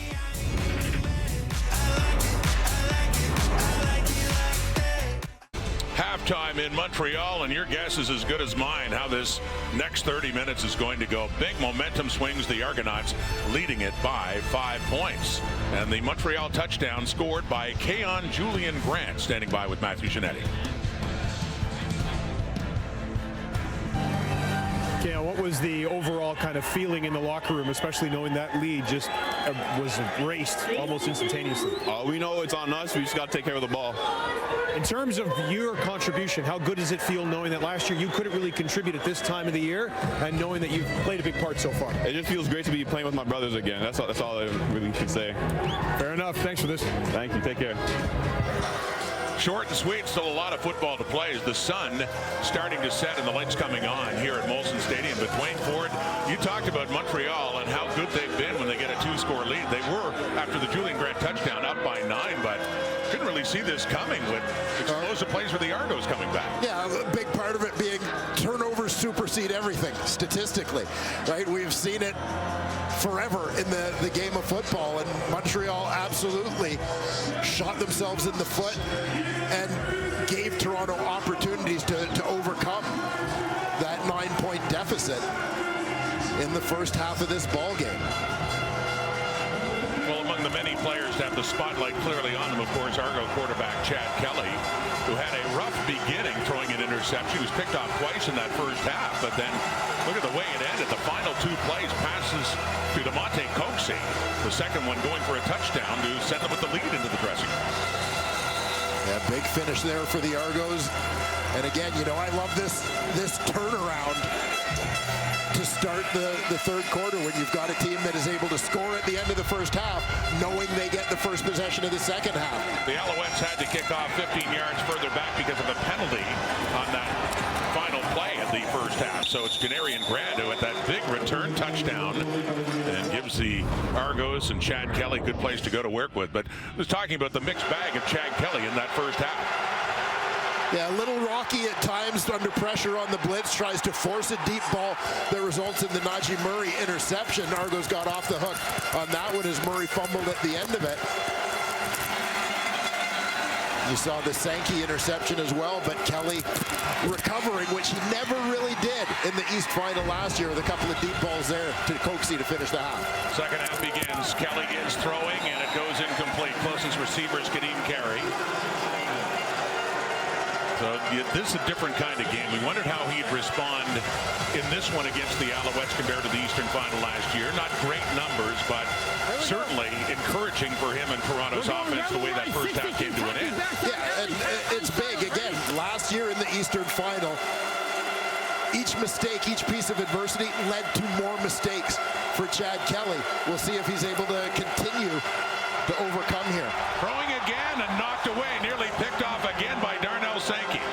And an interception in the first half, but as it stands, a pass knockdown and a 3rd and 10 coming up 2 and out for the Argos. Looked like Isaac Adeyemi Berglund coming from the left side of the screen, supplies the pressure, forces Kelly to hurry the throw. Darnell Sankey jumping into the passing lane there. Sankey came to the Alouettes halfway through last season and was a big leader on that defense, and a team that went on to win the Grey Cup. Another brilliant punt by John Haggerty, but a great return by Letcher into the circumstances to pick up the yardage he did when he was so close to the sideline. Cody Fajardo, and a look at his first half. Also, mixed reviews, Dwayne. Yeah, well, Cody Fajardo needed a little help from his friends, as you see that one off the fingertips of Walter Fletcher into the waiting arms of Benji Franklin for the pick six. But able to get that short passing game going a little bit, distributing it to different receivers, and of course, that touchdown connection to Keon Julian Grant. And yes, in fairness to Fajardo on that pick six into Fletcher's hands, looked like a completed pass. He was 12 for 22 for 120 yards, the touchdown and the pick from the 33 now in the 1st and 10. And trying to run the football, Walter Fletcher. Jim Barker talk about it, and impressed with how much inside running Fletcher was able to do. Ran for 50 yards in that first half. Yeah, nothing doing on that one, though, as Isaac D'Arcangelo stepped up on the line of scrimmage. Slicing down from that left side to make a play. Just a yard, a little bit less. 2nd and long now coming up here for the Alouettes. The Eastern Final. Winner goes to the Grey Cup next week in Vancouver. So lots of football to be played. Passing, it's caught, and it's a first down. Keon Julian Grant embracing playoff time after not being able to a year ago. Has a touchdown and has a first down there and another 12-yard gain. Second-round pick for Montreal back in 2019. Keon Julian Grant really established himself in the early part of last season as a significant part of this Montreal offense. Battled injuries in the second half last year and at times this season. But good to have him back in this playoff run. From the Montreal 45, quick hitter to Julian Grant again. Set up a 2nd and short. Up across the 50, 7 more yards for Julian Grant and the Alouettes. And again, even though they're throwing the football on first down, 2nd and 7 puts them in a favorable position. Left, W fly 60, R Ottawa, X drive, S wide, even, ready? Creating some options offensively on 2nd down here for Cody Fajardo in the offense.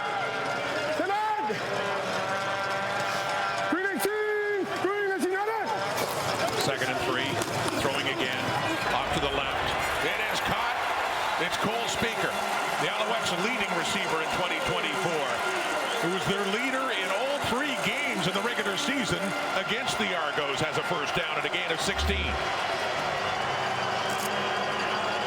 Yeah, Cole Speaker working out on that left side, just an out route. Tunde Adeleke playing inside leverage, allowing Speaker to get that separation towards the sideline.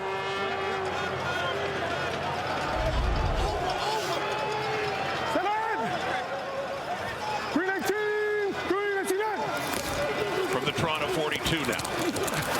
Flushed out. They've got him. Taken down. Jake Serezna, one of the sack leaders in the CFL, and picks up a sack there. I'm talking about Cole Speaker before, and a sample of what he did. His 2nd full season arrived late in 2022, and maybe an understated star in this Alouette team, Dwayne. Yeah, exactly. A guy who just quietly, as many of his teammates say, just does all the right things. Cole Speaker is the guy that gets moved around. If there's an injury in the receiving corps, he's a guy who understands all 5 positions and can contribute wherever you put him. Fajardo under pressure, gets rid of it, nearly intercepted. Metier coming in on Austin Mack and slams the ball to the turf, thinking he should have had yet another turnover. As it stands, 3rd and long coming up. Another good defensive play there from Metier, originally drafted by the Calgary Stampeders in the 3rd round, number 25 overall pick back in 2018. One of so many with Calgary ties, this Argonauts team. Joseph Zima and his side of midfield. Just try to pin the Argos deep. Lendover ran, beautiful roll. What a beautiful punt. Inside the 5. Janarian Grant, no chance at all on that one. Kelly back on. They're starting deep in their own zone.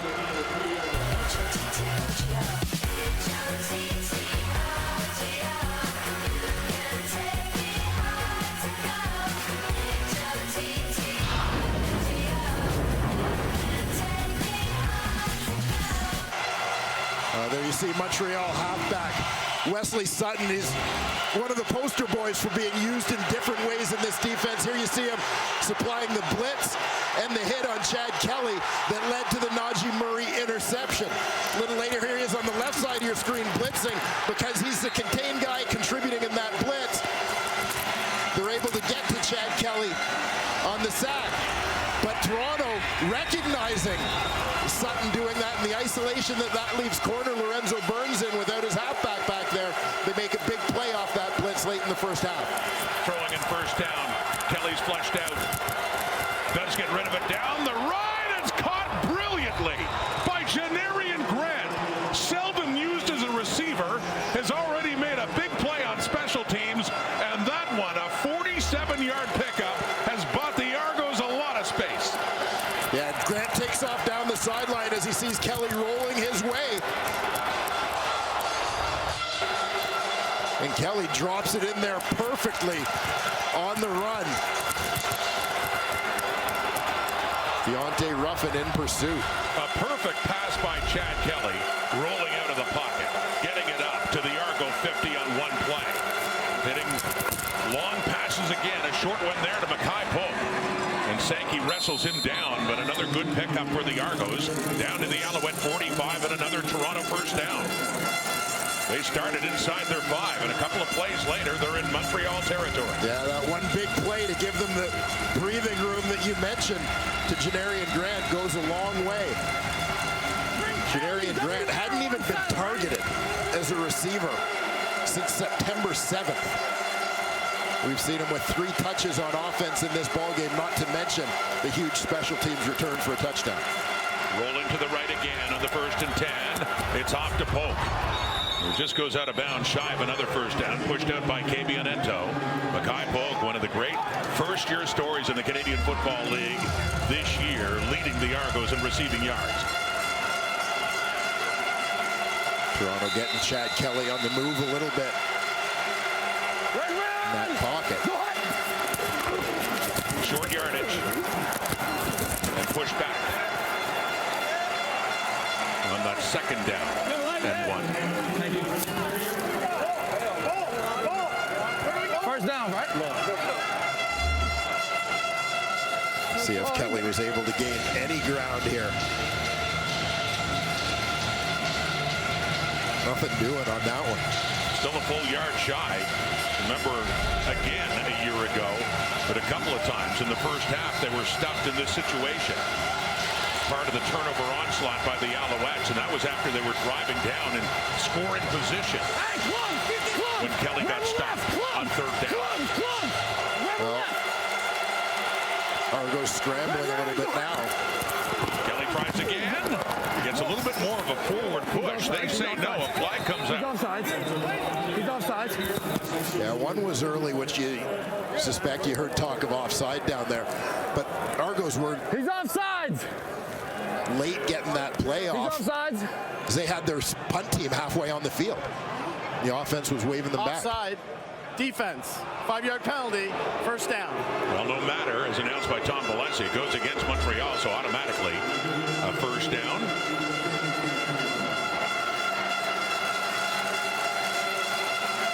You see, looked like Derek Wigan in the middle of that defense, who claimed a couple of extra inches. 61-10.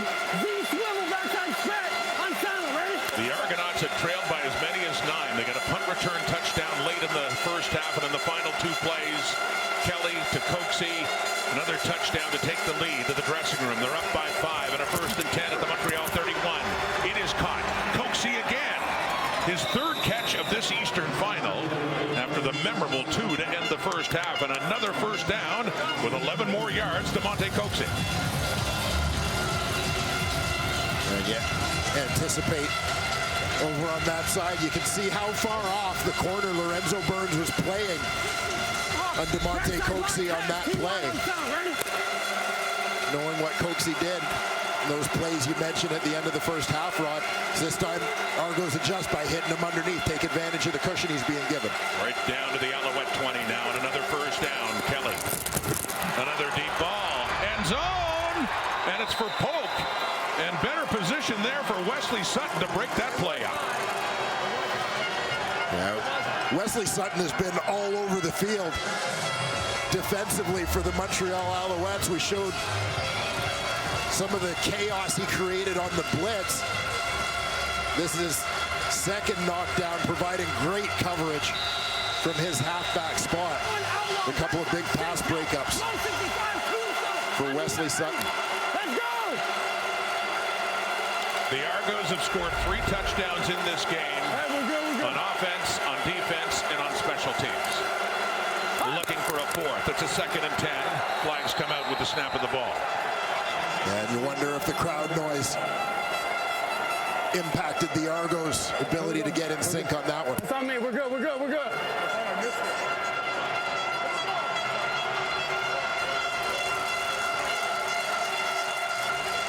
Procedure. Toronto number 59. 5-yard penalty. Remains 2nd down. A tough place with all the noise generated here at McGill and opposing offenses. Procedure call on the right tackle, Dejon Allen. 2nd and 15 now at the Montreal 25.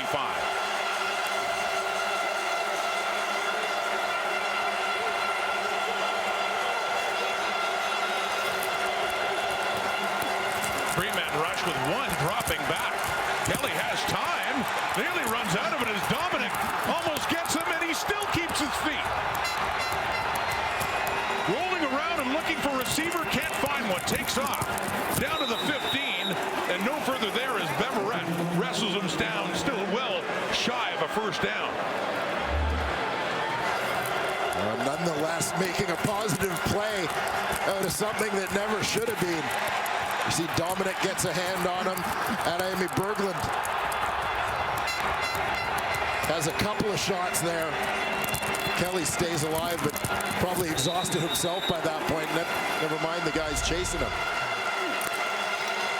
3rd and 4, and they're going for it. They lead by 5, and instead of just making it 8 with Hairolahu, they are going for it. Argos are somewhat notorious. 3rd and less than 5, trying to draw the opponent offside. We actually did see this. And yeah, Hairolahu, I think, can get ready to come in here. They did try this on the Alouettes a few times. Count violation. Toronto number 12. 5-yard penalty. Remains 3rd down. And once again, Montreal's not biting.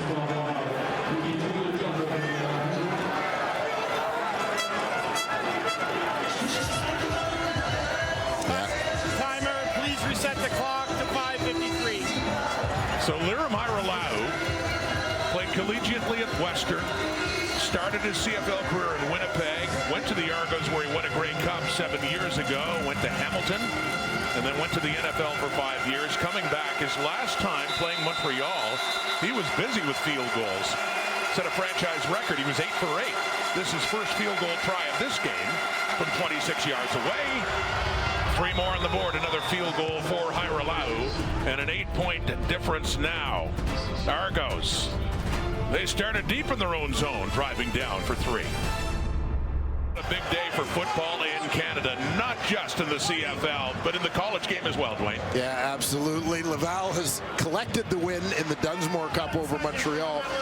Laurier beat Western. I'll get over it. Regina, a couple of big upsets in the playoffs for them. Beat Saskatchewan. Bishop's perfect season on the line. I understand they're down by 3 late in that ball game against St. Mary's. Alouettes down by 8. Cody Fajardo, and he gets it off to Sean Thomas Erlington. And they make something out of nothing here. Another big pickup by Thomas Erlington inside the Argo zone, inside the 50. A 23-yard gain when Fajardo was just looking to get rid of the ball. Sean Thomas Erlington doing his part. Usually as a quarterback, you're throwing the ball to people. It really felt Fajardo threw this one at Sean Thomas Erlington, just getting it out of his hands as he was on his way down. But a nice ad-lib by the Montreal quarterback. Great reaction by his running back. Right down to the Toronto 47. The Argos had opened up their lead on a Haralawa field goal. They're up by 8. Here comes Montreal now. Taking the handoff, completing the pass. Cole Speaker has space. Right through it. Adeleke takes him down, but Speaker, another big pickup. Montreal close to the Toronto 20. Yeah, you see Cody Fajardo just having a conversation behind the play with referee Tom Valesi as Cody got absolutely blasted on this play. Looked like he might have felt that was a little bit late. It wasn't a headshot.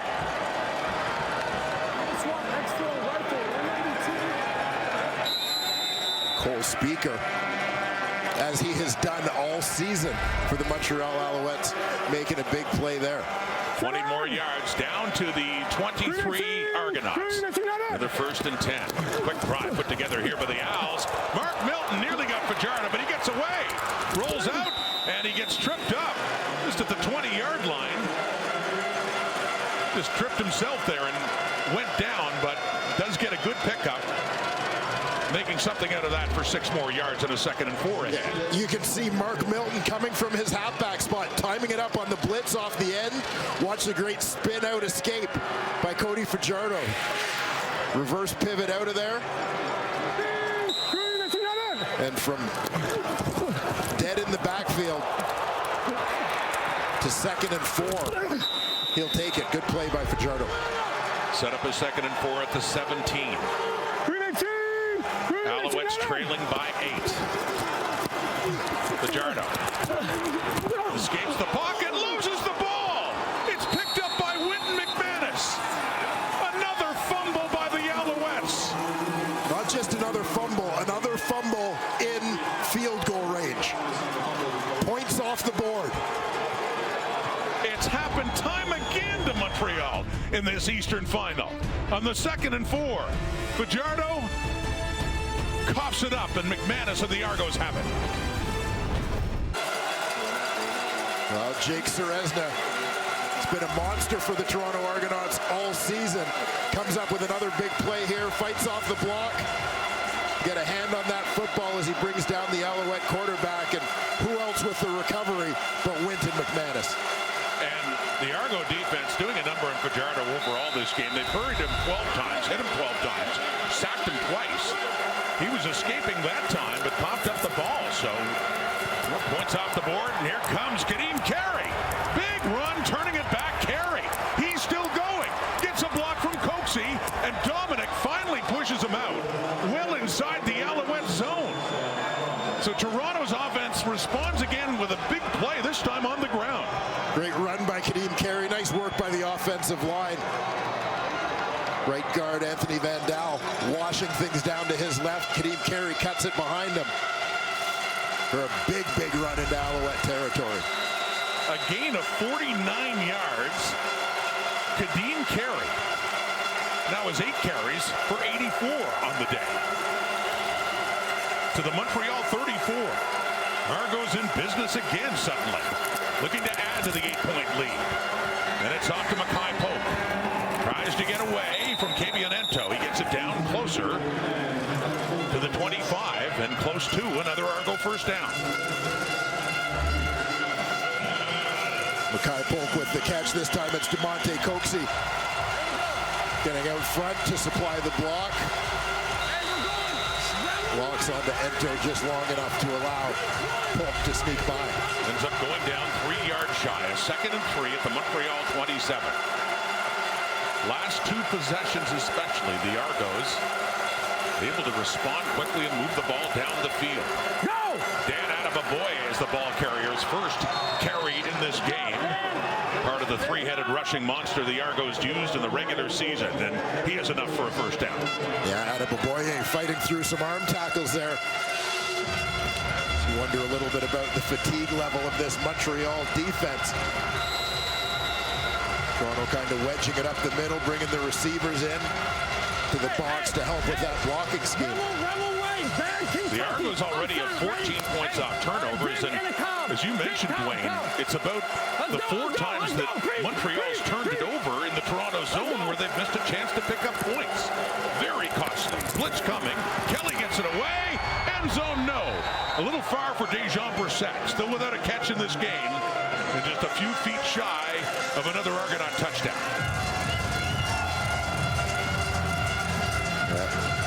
Yeah, just on the turnovers, in addition to the points Toronto has actually scored off the turnovers.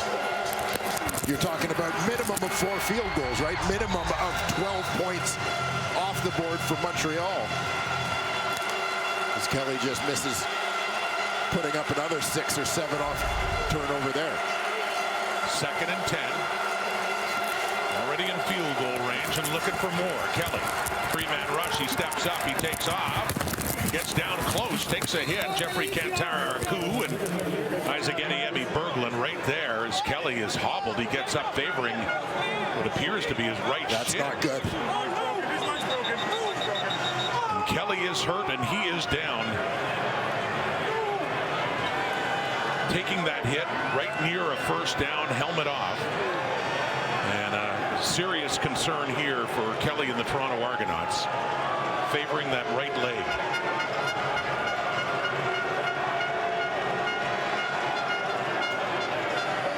Ryan Dinwiddie out to check on his quarterback along with the medical staff.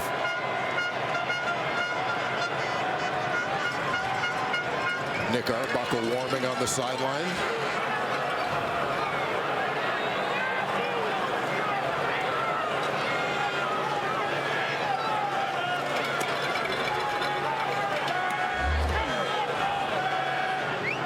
Kelly taking off, taking the hit, and that's how the play comes to an end. But immediately, he tried to get up, favoring the right leg, and remains on the field. We'll take a break at Molson Stadium in Montreal. Back in Montreal, Argo players on the field. They've taken knees, many of them. Chad Kelly is still down, getting attention to his right leg. And what looked like a severe injury. I mean, can't say for sure, obviously, but the way he did try to get up and saw movement in the leg. And Nick Arbuckle is taking the warm-ups. Arbuckle, who had 1 start this season and played a lot in Edmonton in the final game of the regular season.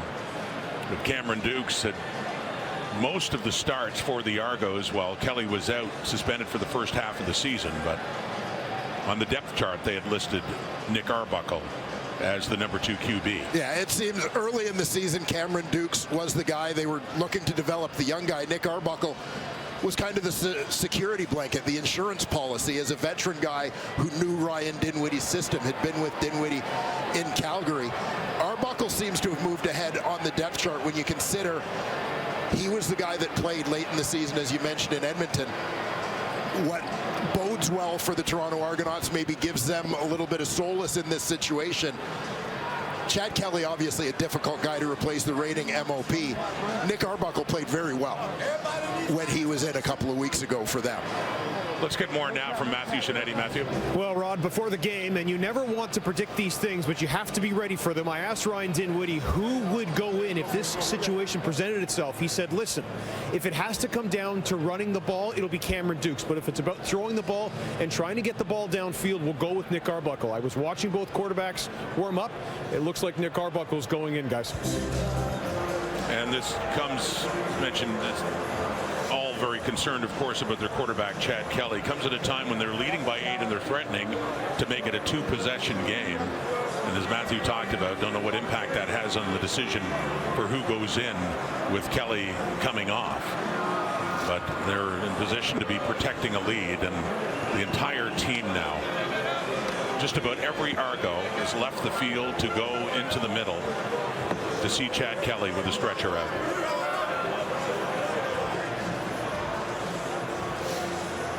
It's been said so many times over the course of this season. the Toronto Argonauts are a different team with Chad Kelly at quarterback. The things that they're able to do offensively expand.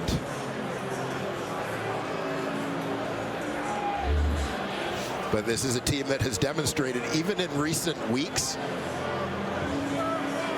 that they can beat you in some different ways, not just relying on the quarterback. I think Kelly's right leg got landed on just at the end of the tackle here. Right as Adiemi Berglund landed in the process of center of his gravity. Landing on the lower leg of the Argo quarterback. Nick Arbuckle goes back with Ryan Dinwiddie when Dinwiddie was the quarterback's coach in Calgary under Dave Dickinson. He was a backup to Bo Levi Mitchell. He made 7 starts when Mitchell was hurt in 2019. Had a record of 4-3. From there, he moved on to Ottawa. Didn't play his first go-around with the Red Blacks, and ended up signing with Toronto in 2021. And ironically, was ultimately traded late in that season in 21 for the rights to Chad Kelly. And Arbuckle later left Edmonton, went back to Ottawa. A guy who's Toronto again. Yeah, a guy who's been given some opportunity in his career to be the starter, signed in situations where he was expected to be the starting quarterback. Hasn't really been able to run with those opportunities, but I think really embracing settling into the role of veteran backup, part of which is stepping in and providing some stability in situations just like this. Late third quarter, the Argos have lost their starting quarterback, Chad Kelly. They do have a lead and a chance to put more points on the board, but it's in the hands of Nick Arbuckle now. Arbuckle on briefly last week against Ottawa when Kelly was pulled from the game by the injury spotter. It is a 3rd and 1. The Montreal 13. And they're trying again to draw them off.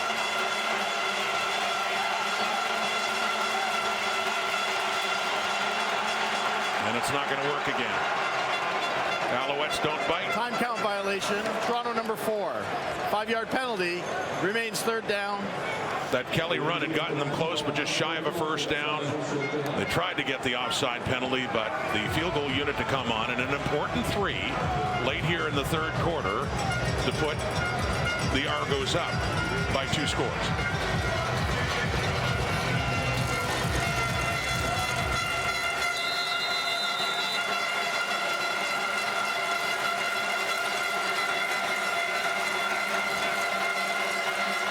Five-yard field goal try. Hyralau is 2 for 2.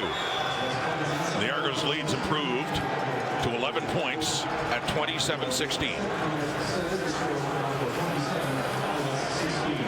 But bittersweet right now for Ryan Dinwiddie. The concern, of course, about the health of his starting quarterback, Chad Kelly.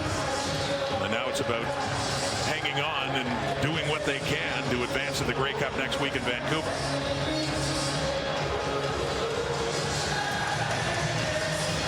There you see quarterbacks coach Mike Miller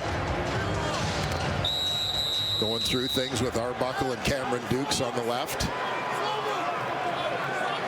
It's up to them now. Kelly suspended for the first half of the season. In those 9 games, the Argos went 5-4, mostly with Dukes at quarterback. Alouette football, Walter Fletcher. And good yards after the catch. That's his calling card as he picks up another first down. Close to midfield for the Alouettes. Now down 11 points after 3. The defending champions head into the final quarter at home with some work to do. In a back-and-forth game of momentum swings. Toronto has it. Montreal needs more.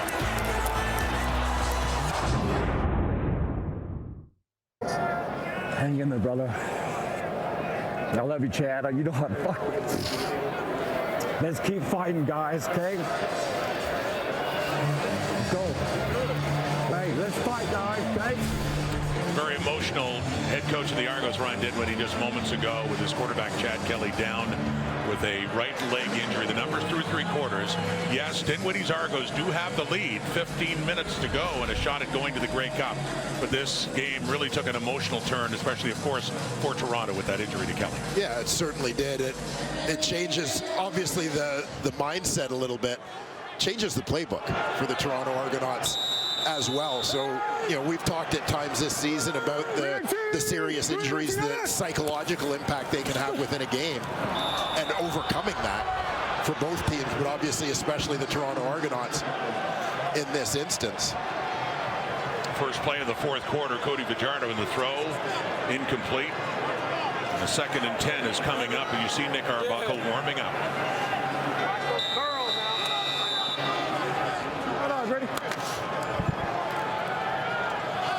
And the Alouettes at one point led this game by 9 in the first half before the Argos stormed back with some late touchdowns.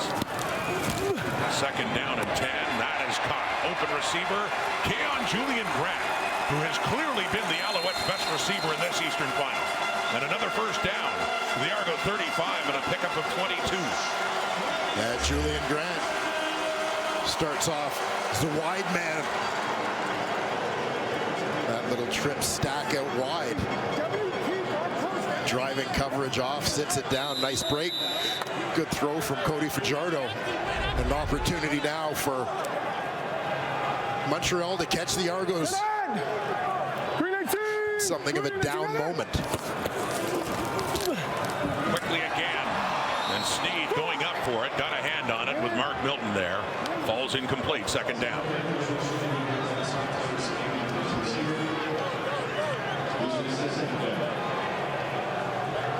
The big 2nd and 10 situation here for the Montreal Alouettes. See what Toronto gives them up front. In 2nd down conversions, Montreal is 10 for 19.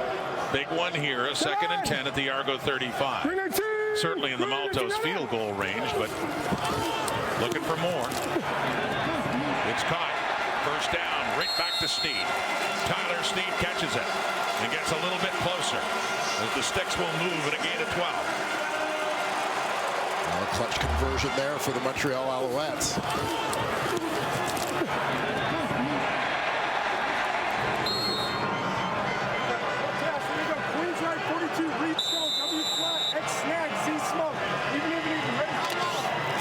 Cody Fajardo talked to us yesterday about the confidence that comes with having won the big game.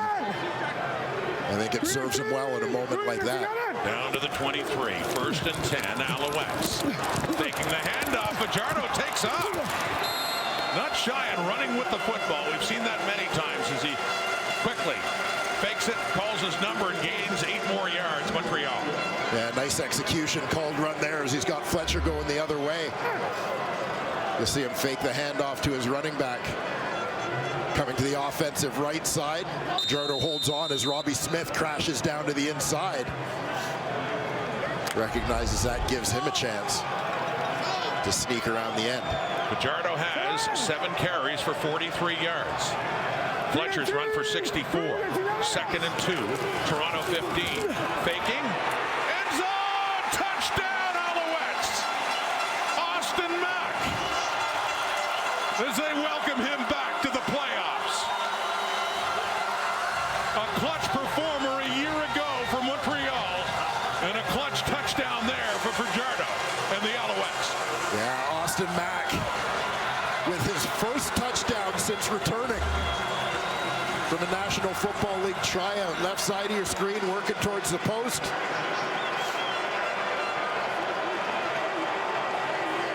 Snap, W11 return, Z Frisco. Hot on, ready? Big week. Snap. With it being a 5-point lead, the Alouettes will try to reduce it to 3. They're going for 2 here after that Austin Mack touchdown. Can't get rid of it. And Fajardo is sacked. So it remains a 5-point Argo lead. But momentum has clearly swung again to the home side. Alouettes needed to get things going on offense to start this fourth quarter, and they certainly did with that drive. Capped off with a touchdown. Pretty good headstand after for Austin Mack. I'm a sucker for you. The fourth quarter started, and the Alouettes got moving again. Cody Fajardo in a 7-play, 70-yard drive. Yeah, Alouettes kind of seizing the moment with the Toronto Argonauts. Maybe a little emotionally flat after the injury to Chad Kelly. Fajardo marches him down the field. Contributions from all his receivers on that drive, culminating with Austin Mack's first CFL touchdown of 2024.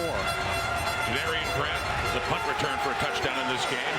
On this kickoff return at the 35, cutting it back to the 40, 45, about the 47, 48-yard line. Nick Arbuckle coming on, the new quarterback for the Argos. Let's go down to Matthew. Well, Rod, Chad Kelly will be going to Montreal General Hospital for assessment and imaging. As Nick Arbuckle walked off the sidelines, he took a big, deep breath. The center stage is now for him. And Arbuckle, a veteran, yes, but not in this kind of playoff situation here in the Eastern Final. We saw him go on the field just to see if they could draw the Alouettes offside, and he didn't run a play, went off, and they kicked the field goal. So ready to run the offense now against Darnell Sankey and that Alouette defense. Can the Argos get momentum back at a critical point in this game? They lead by 5. They still need to move the football. The Toronto 49 throwing in first down, pump fake, trying to find a receiver, looks to the right, and it's off the hands of Kadeem Carey right to him, but it's incomplete. Missed opportunity there. Carey perhaps distracted. That player trailing him in coverage. Let the ball get into his body. Darnell Sankey in pursuit.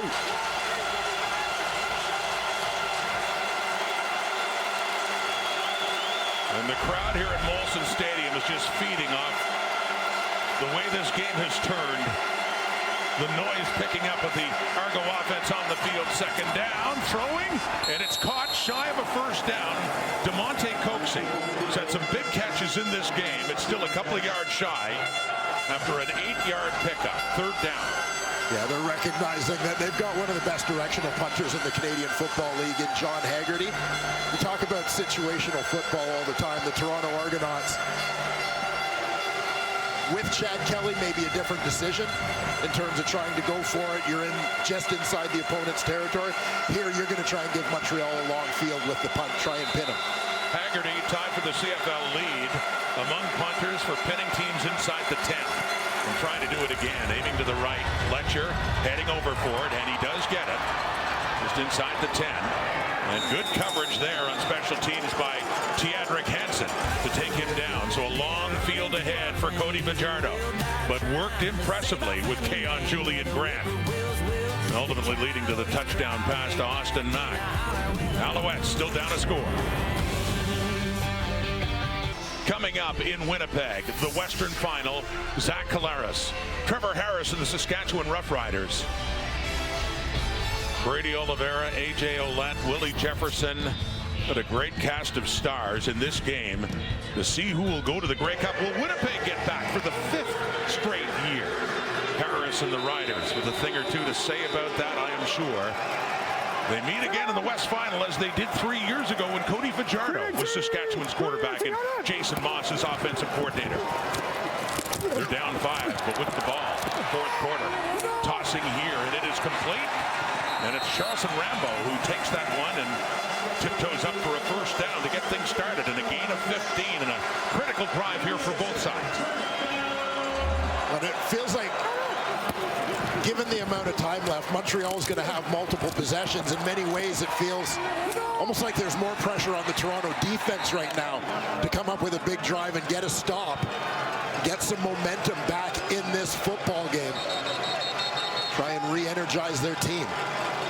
Well, that's the thing. The Alouettes certainly have that momentum now. We saw that on the last drive.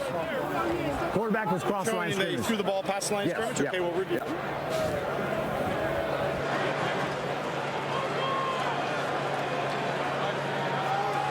Toronto was challenging that the Montreal quarterback was across the line of scrimmage when he threw the ball. We'll review the play. When you look at it, Fajardo looking for a receiver, Dwayne, and as he ran around with the ball, that is the question. Did he cross the line of scrimmage first? And we'll take a look here. So there you see the line of scrimmage, about the 16-yard line.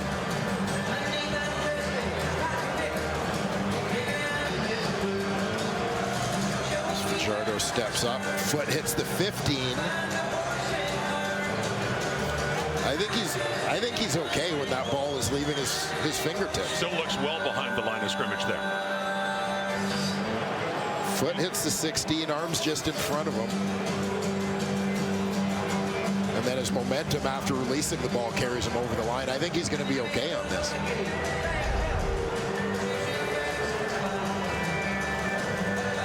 I believe the ball was out of his hands when the ball crossed the line of scrimmage. Certainly looked that way on that look we saw. He's in behind and quickly moved across the line of scrimmage just after it left his hand. I think they're going to call me past the line of scrimmage. What's that?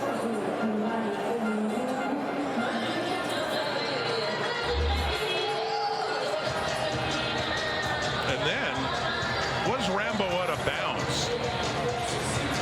Not with the catch, but there. See the tough to tell, but obviously looking to see if that heel hit the line and step back after catching the ball.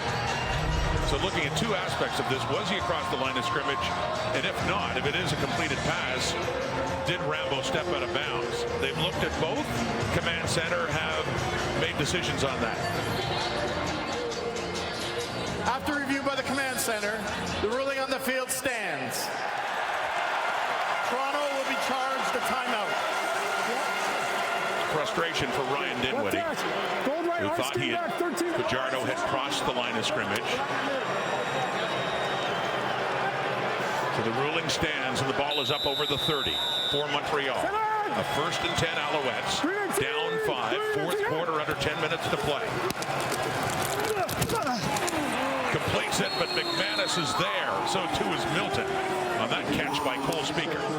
Yeah, good job rallying to the football there by the Toronto Argonauts. You're going to see a number of players as they're setting up blitz, so you're letting pressure come. Letting guys make their way upfield, but that space vacated by D'Arcangelo on the right side, quickly refilled by McManus to make the play.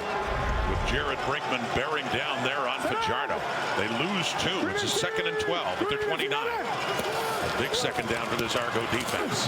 Fajardo off to the right. It is caught. Walter Fletcher can't get the first down. Still a few yards shy. Get a good chunk of it back, but still not enough. And the punting unit for Montreal will come on. Yeah, Argos give up a few yards on the possession, but the stop still in Montreal territory.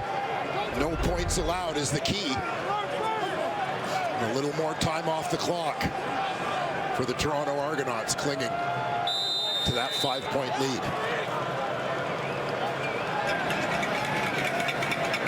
Joseph Zima, another punter from Australia, who's done very well in the Canadian Football League. This is 4th year with the Alouettes. Sending that one left for Janarian Grant about the 34. As Grant just puts his head down and pulls his way through this time up across the 45. Nick Arbuckle coming back on for the second time in this Argo possession, up by 5.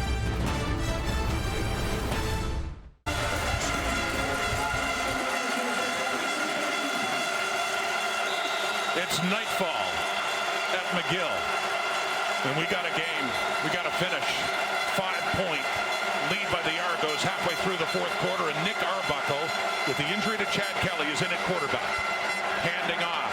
They try to establish the running game, which has worked so well for them this season. Kadeem Carey with that rush.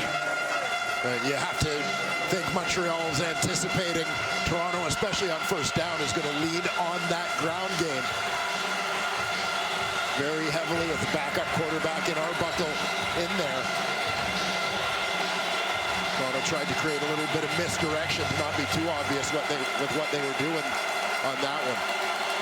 Now let's stack it up. 3 yards for carry. 2nd and 7, Arbuckle. Has time. And off to Coxie. First down. Weaving his way by Beverett. He's still going. He kept his feet. Great yardage after the catch for DeMonte Coxie. That provides a big lift for the Argos bench. Nice effort by Coxie, who moved tight to the formation, kind of lines up as a tight end before slipping out towards the flat as an outlet.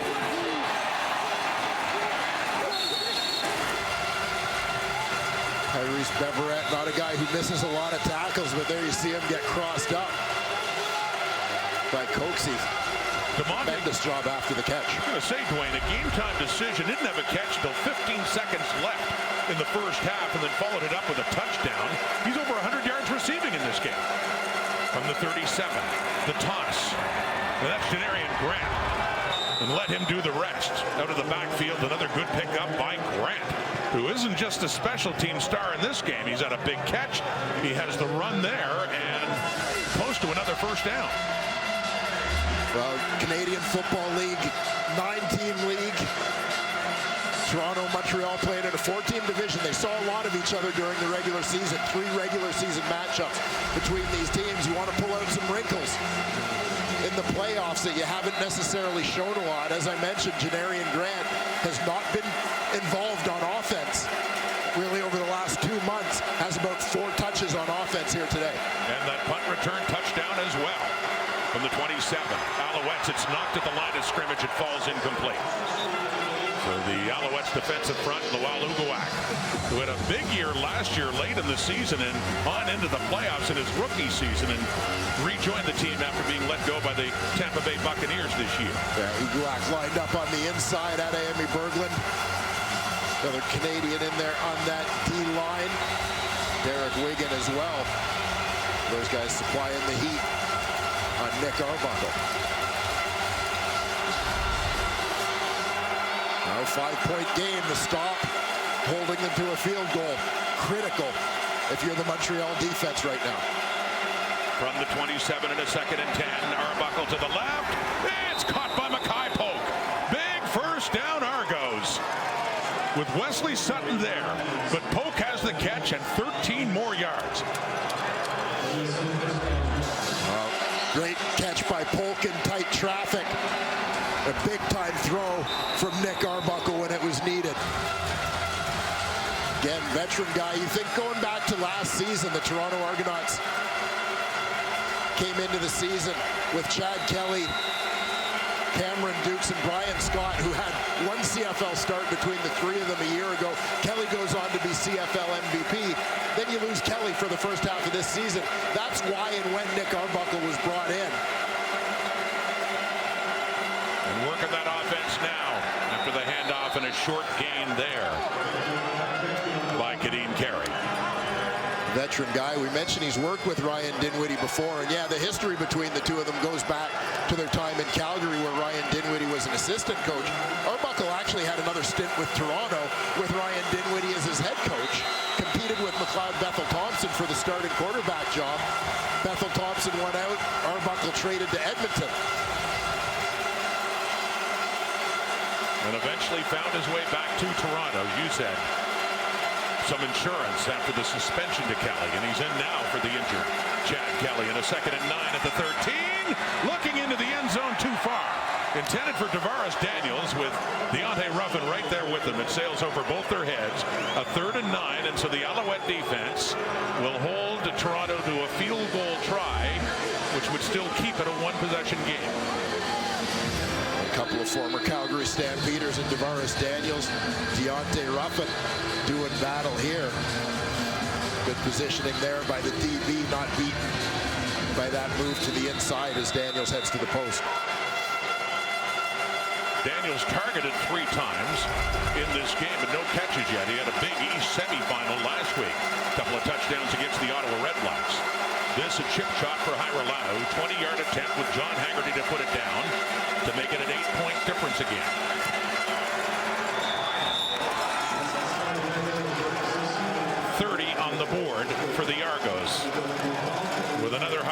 move field goal in a game where turnovers have loomed so incredibly large, especially the ones given up by the Montreal Alouettes, Dwayne. Yeah, massive.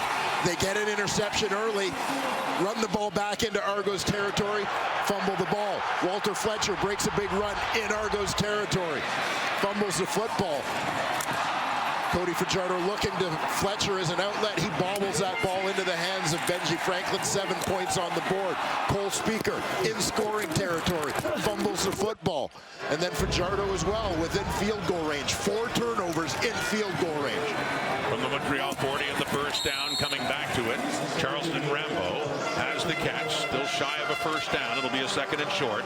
3:48. You start to be mindful of the clock for the Alouettes, who are a touchdown and a 2-point conversion behind. Well, very much so. Left hash here, 8-point game. Swap, 43 stone, WY Hebrew, Z snap. On, ready? In which you've essentially given up a minimum of 12 points with where you turned over the football, not to mention Toronto having an interception for a TD. Walter Fletcher first down and a little bit more close to midfield. Sticks move for the Alouettes. 3.5 minutes to go in the fourth quarter. The defending champs trying to get back to the Grey Cup. The Argos won it the year before them. They're trying to get back. What's remarkable is that this is a one-score ball game when Montreal has turned the ball over 5 times, given up a touchdown on special teams, and one to the Toronto defense. First and 10 and incomplete. Intended for Rambo just across midfield. Another play before the 3-minute warning. Getting late here in Montreal. Nightfall. Stadium lights on in what began in a nice sunny November afternoon. And a critical point now for these teams. With a spot in Grey Cup 111 a week from tomorrow at BC Place in Vancouver on the line. And still to come in Winnipeg, we find out who wins the West. Saskatchewan Roughriders, Winnipeg Blue Bombers.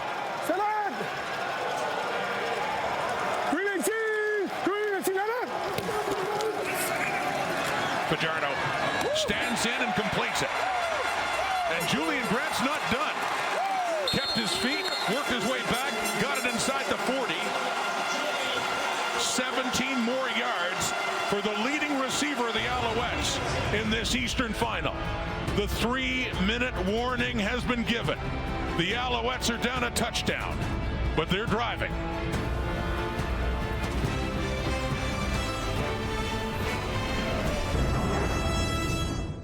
Jason Moss's Alouettes are trying to come back. Ryan Dinwiddie's Argos are trying to hang on. Let's go down to Matthew. Yet again, it's the Alouettes with a critical moment. 2.5 minutes to go, down 8, and here we go. Cody Fajardo is driving. A lot of energy on the outside lines after Keon Julian Grant had that big game. But on the Argos sidelines, I have to tell you, since Chad Kelly was taken to the hospital, it's been very quiet. They're looking for another big moment, Rod. They had a 2-score lead, Matthew, and it is down now to, well, it went down to 5. It's back up to 8, but here comes Montreal. From the Toronto 39, another completion. And pushing forward, Austin Mack for the first down. A gain of 11. Mack, who had a touchdown earlier this quarter, that has gotten the Alouettes closer.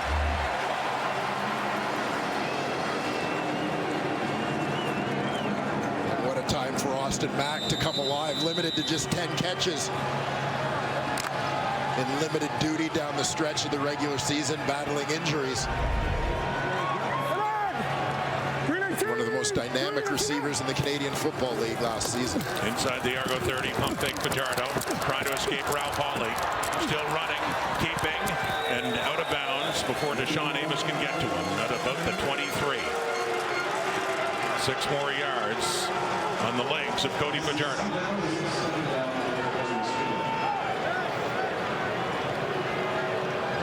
Fajardo's done a good job in this ball game, using his legs, whether by design or by necessity, to extend plays, keep some drives alive. Rush for 49. He's passed for over 300. Cody Fajardo in a 2nd and 4. Quickly rid of it. It's caught by Walter Fletcher, and he waltzes in for the touchdown.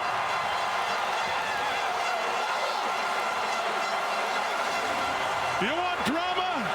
We've got drama in this Eastern Final with under 2 minutes to go. And the Alouettes a 2-point convert away from tying this game. Tremendous recognition and execution by the Montreal Alouettes on this play. Quick slant from the outside by Rambo. The traffic prevents Wynton McManus from being able to track Walter Fletcher out into the flat on the play. We'll get another look at it after. But great play design, essentially to rub or pick McManus. This is to tie the game. Fajardo into the end zone, intercepted. Benji Franklin, who had a pick six earlier in this game, he's taken down in the end zone by Tyler Snead. So what it means is the Argos are still leading, but by only 2 points, with 1:56 to go in the fourth quarter. A big play by Benji Franklin. Tyler Snead coming from the back. He stays in. Help out protection. Austin Mack in the back of the end zone.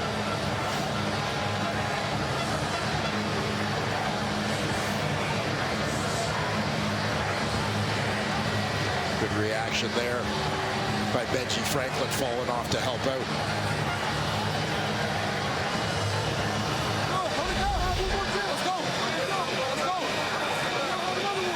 Seven plays, 70 yards, just like the last drive they had. First was the Austin Mack touchdown in this fourth quarter, and then Walter Fletcher gets one. And here we go. 30-28. 1:56 to go in the fourth. And it's all about the right to play one more game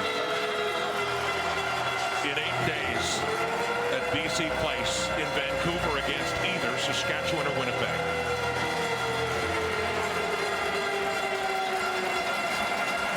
Jose Maltos to kick off. Alouette defense needs to get the ball back for their own. Janarian Grant. Game breaker, but not on that play. Good coverage. Wesley Sutton and Lorenzo Burns to take him down. Another look at that Alouettes drive, Dwayne. Yeah, Cody Fajardo, we talked earlier about the confidence he has after winning the big game last season. Very poised in this situation. Couple of big throws. Tucking the ball to run and extend the drive in there. Great execution by the Alouette offense to free up Walter Fletcher for the touchdown. The fans are loving it here at Molson Stadium. Fajardo, by the way, was 5 for 8 and 2 touchdowns in the second half, facing the blitz by the Argos, responding well under pressure. In the Toronto 30, Kadeem Carey, not much there. A yard, maybe 2. Got it stacked up inside as Toronto known for its ability to run the football, but as you talked about with the sudden quarterback change Toronto had to make. Yeah, I mean, situation kind of dictates for Montreal that they're going to dedicate ample defensive resources to stopping the run right now. It was a timeout by the Alouettes, and Noel Thorpe's defense has Toronto dealing with a second and long. If they can stop them and force them to punt, they'd still have plenty of time to get the ball back, needing a field goal to win.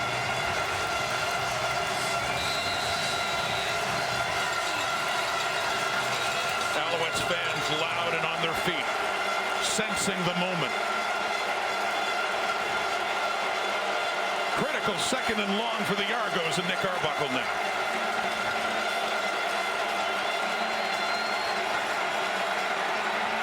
With time, and it's caught by David Ungerer. Big first down, Toronto. As Arbuckle quickly runs up to greet him. Yeah, what a gutsy throw here from Nick Arbuckle.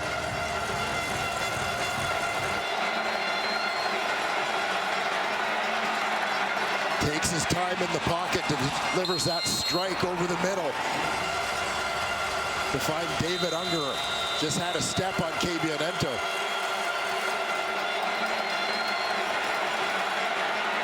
Clutch throw from the veteran Arbuckle. Gain of 20 yards on the first catch for David Unger in this game. Approaching midfield. Toronto still with the ball. 1:18 on the clock. Carey back to the ground and a couple more yards.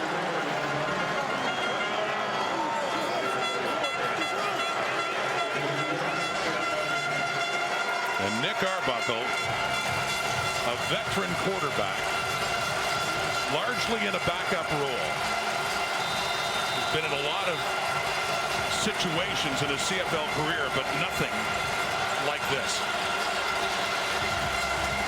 Trying to hang on and lead his team to a victory in the Eastern Final and get to the Grey Cup next week. Under a minute now. 2nd and 8. Alouettes need the ball back. Timeout, Toronto. As Ryan Dinwiddie uses his timeout. Yeah, critical that they make sure they've got the right personnel, right play call in this situation. Let the clock run down a little bit before taking that timeout. Timer, can you please reset the clock to 54.0 seconds? To put a second back on the clock. If you missed it earlier in the game, Chad Kelly in a running play late in the third quarter suffered a right leg injury. As Matthew Shinetti reported, he was taken off for imaging at Montreal General Hospital. Very emotional moment for the Argonaut team with Nick Arbuckle coming on at quarterback now as they're trying to protect their lead and get to the Grey Cup. 2nd and 8. Deep look down the left, and contact made, and interference is going to be called against Tyrese Beverett on Dejan Brissett. No question about the call. Pass interference. Montreal number 26. Spot of the foul. Automatic. First down.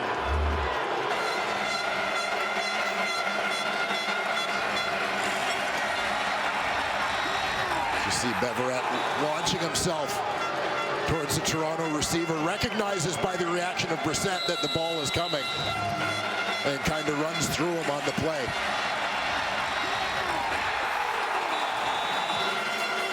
Bold call. The Argos now get into victory formation. They can just take a knee. Nick Arbuckle. And the Argos is closing in on clinching a spot in Grey Cup 111. And we wonder if it's shades of 2007 when Winnipeg faced the Argos in Toronto and the Bombers won the Eastern Final but lost their quarterback Kevin Glenn. And a young QB by the name of Ryan Dinwiddie was called into action in the 2007 Grey Cup, his first CFL start. 17 years ago. Arbuckle.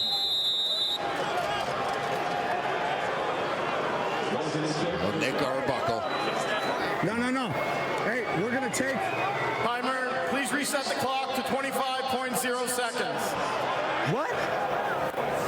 You want us to fall with 1 second? Let's go. Hey, here's what we're gonna do. Throw it to let's go like a victory formation. Let's go take a safety to Y. Okay, are you sure? Yes. Tell Davaros to take.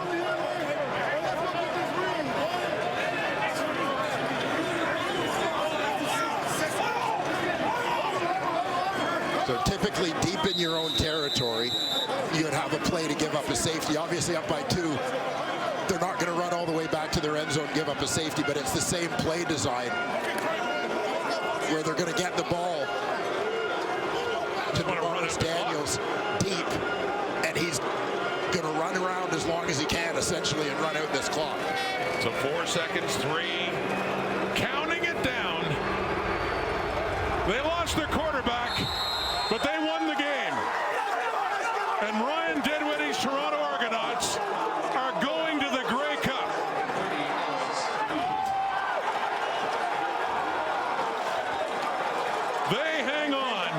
and they defeat the Alouettes and get a measure of revenge for last year.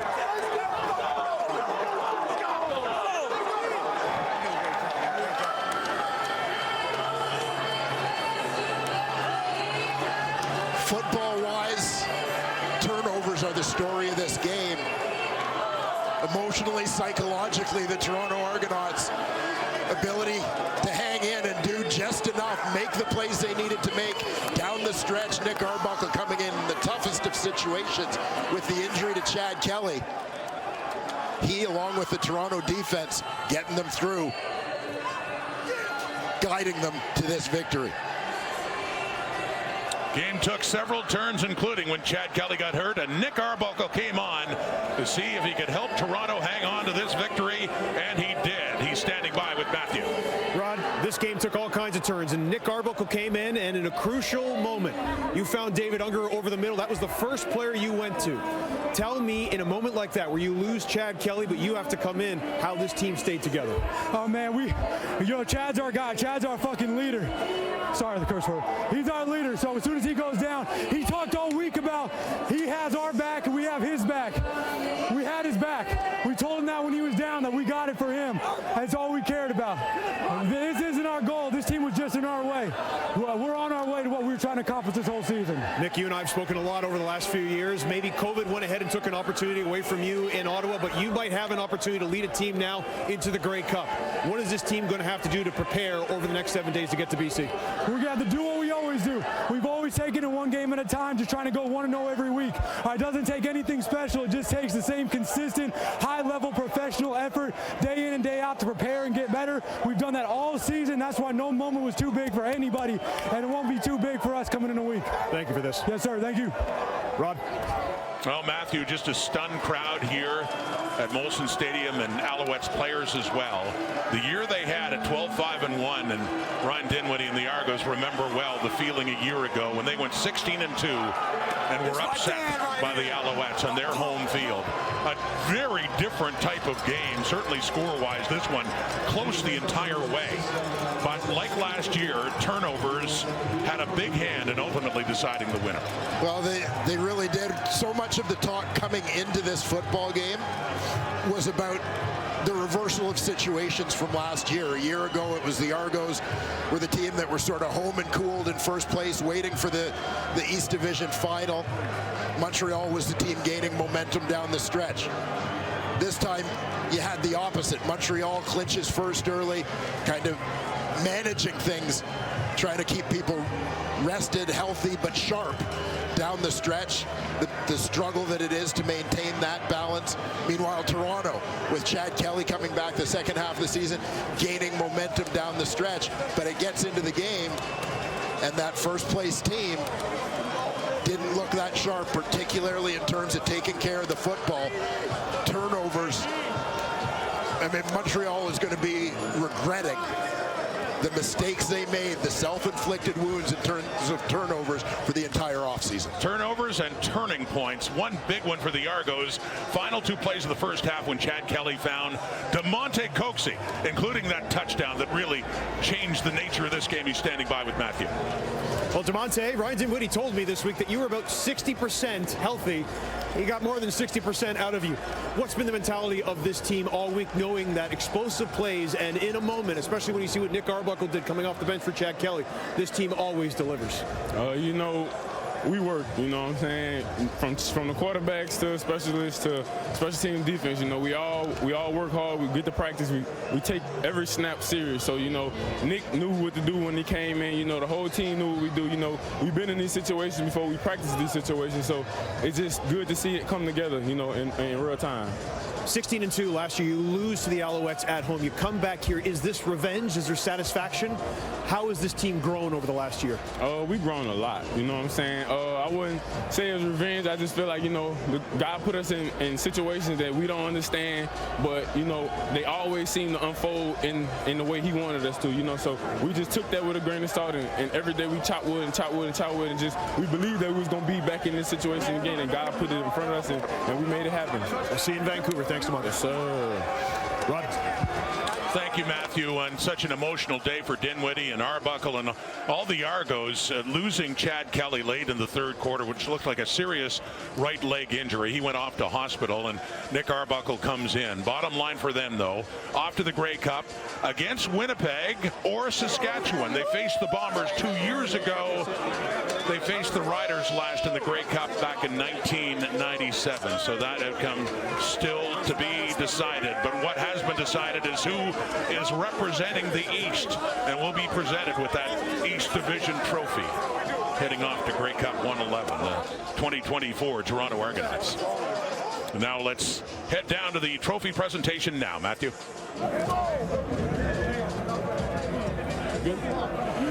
Mesdames et messieurs, vos champions de la division Est en route vers la Coupe Grey, les Argonauts de Toronto. On the road to the Grey Cup, these are your Eastern Division champion, Toronto Argonauts. Ryan, this game had everything. What did you learn, though, about the mentality and execution of your team? Well, we went as is planned, right? We said we got to get turnovers, right? We got to make a play on special teams. We did that, right? Defense did a heck of a job keeping us in it when the offense wasn't playing as well as we should have, right? But also, I'm sick right now for our quarterback, right? You see how his teammates rallied with him. They went and see him down. We're going to go get it done for him, okay? We trusted Nick. That trust has been through all this lineup all season long. How has this team grown over a year when 16-2, you lose in the East Final, it's a disappointment, but you come back to the home of the team that beat you, and now you're off to the Grey Cup? Excited for it, right? I think those guys, this locker room, these men, great locker room. They stuck to the process all year. We said at the end of the 60 minutes we're going to find a way to win this football game, and obviously we did. Enjoy it, Ryan. Congratulations. See you in Vancouver. Appreciate it. Thank you.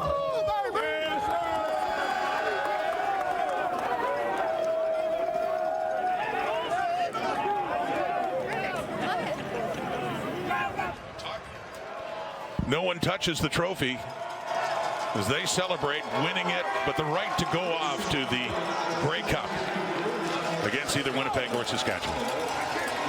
The Toronto Argonauts talked after last season about maybe the path to the East Final didn't give them enough adversity.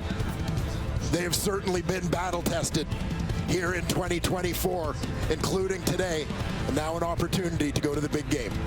Quarterbacking story, a big one for the Argos, but they win the game. They win the East, off to Grey Cup 111 in Vancouver next week.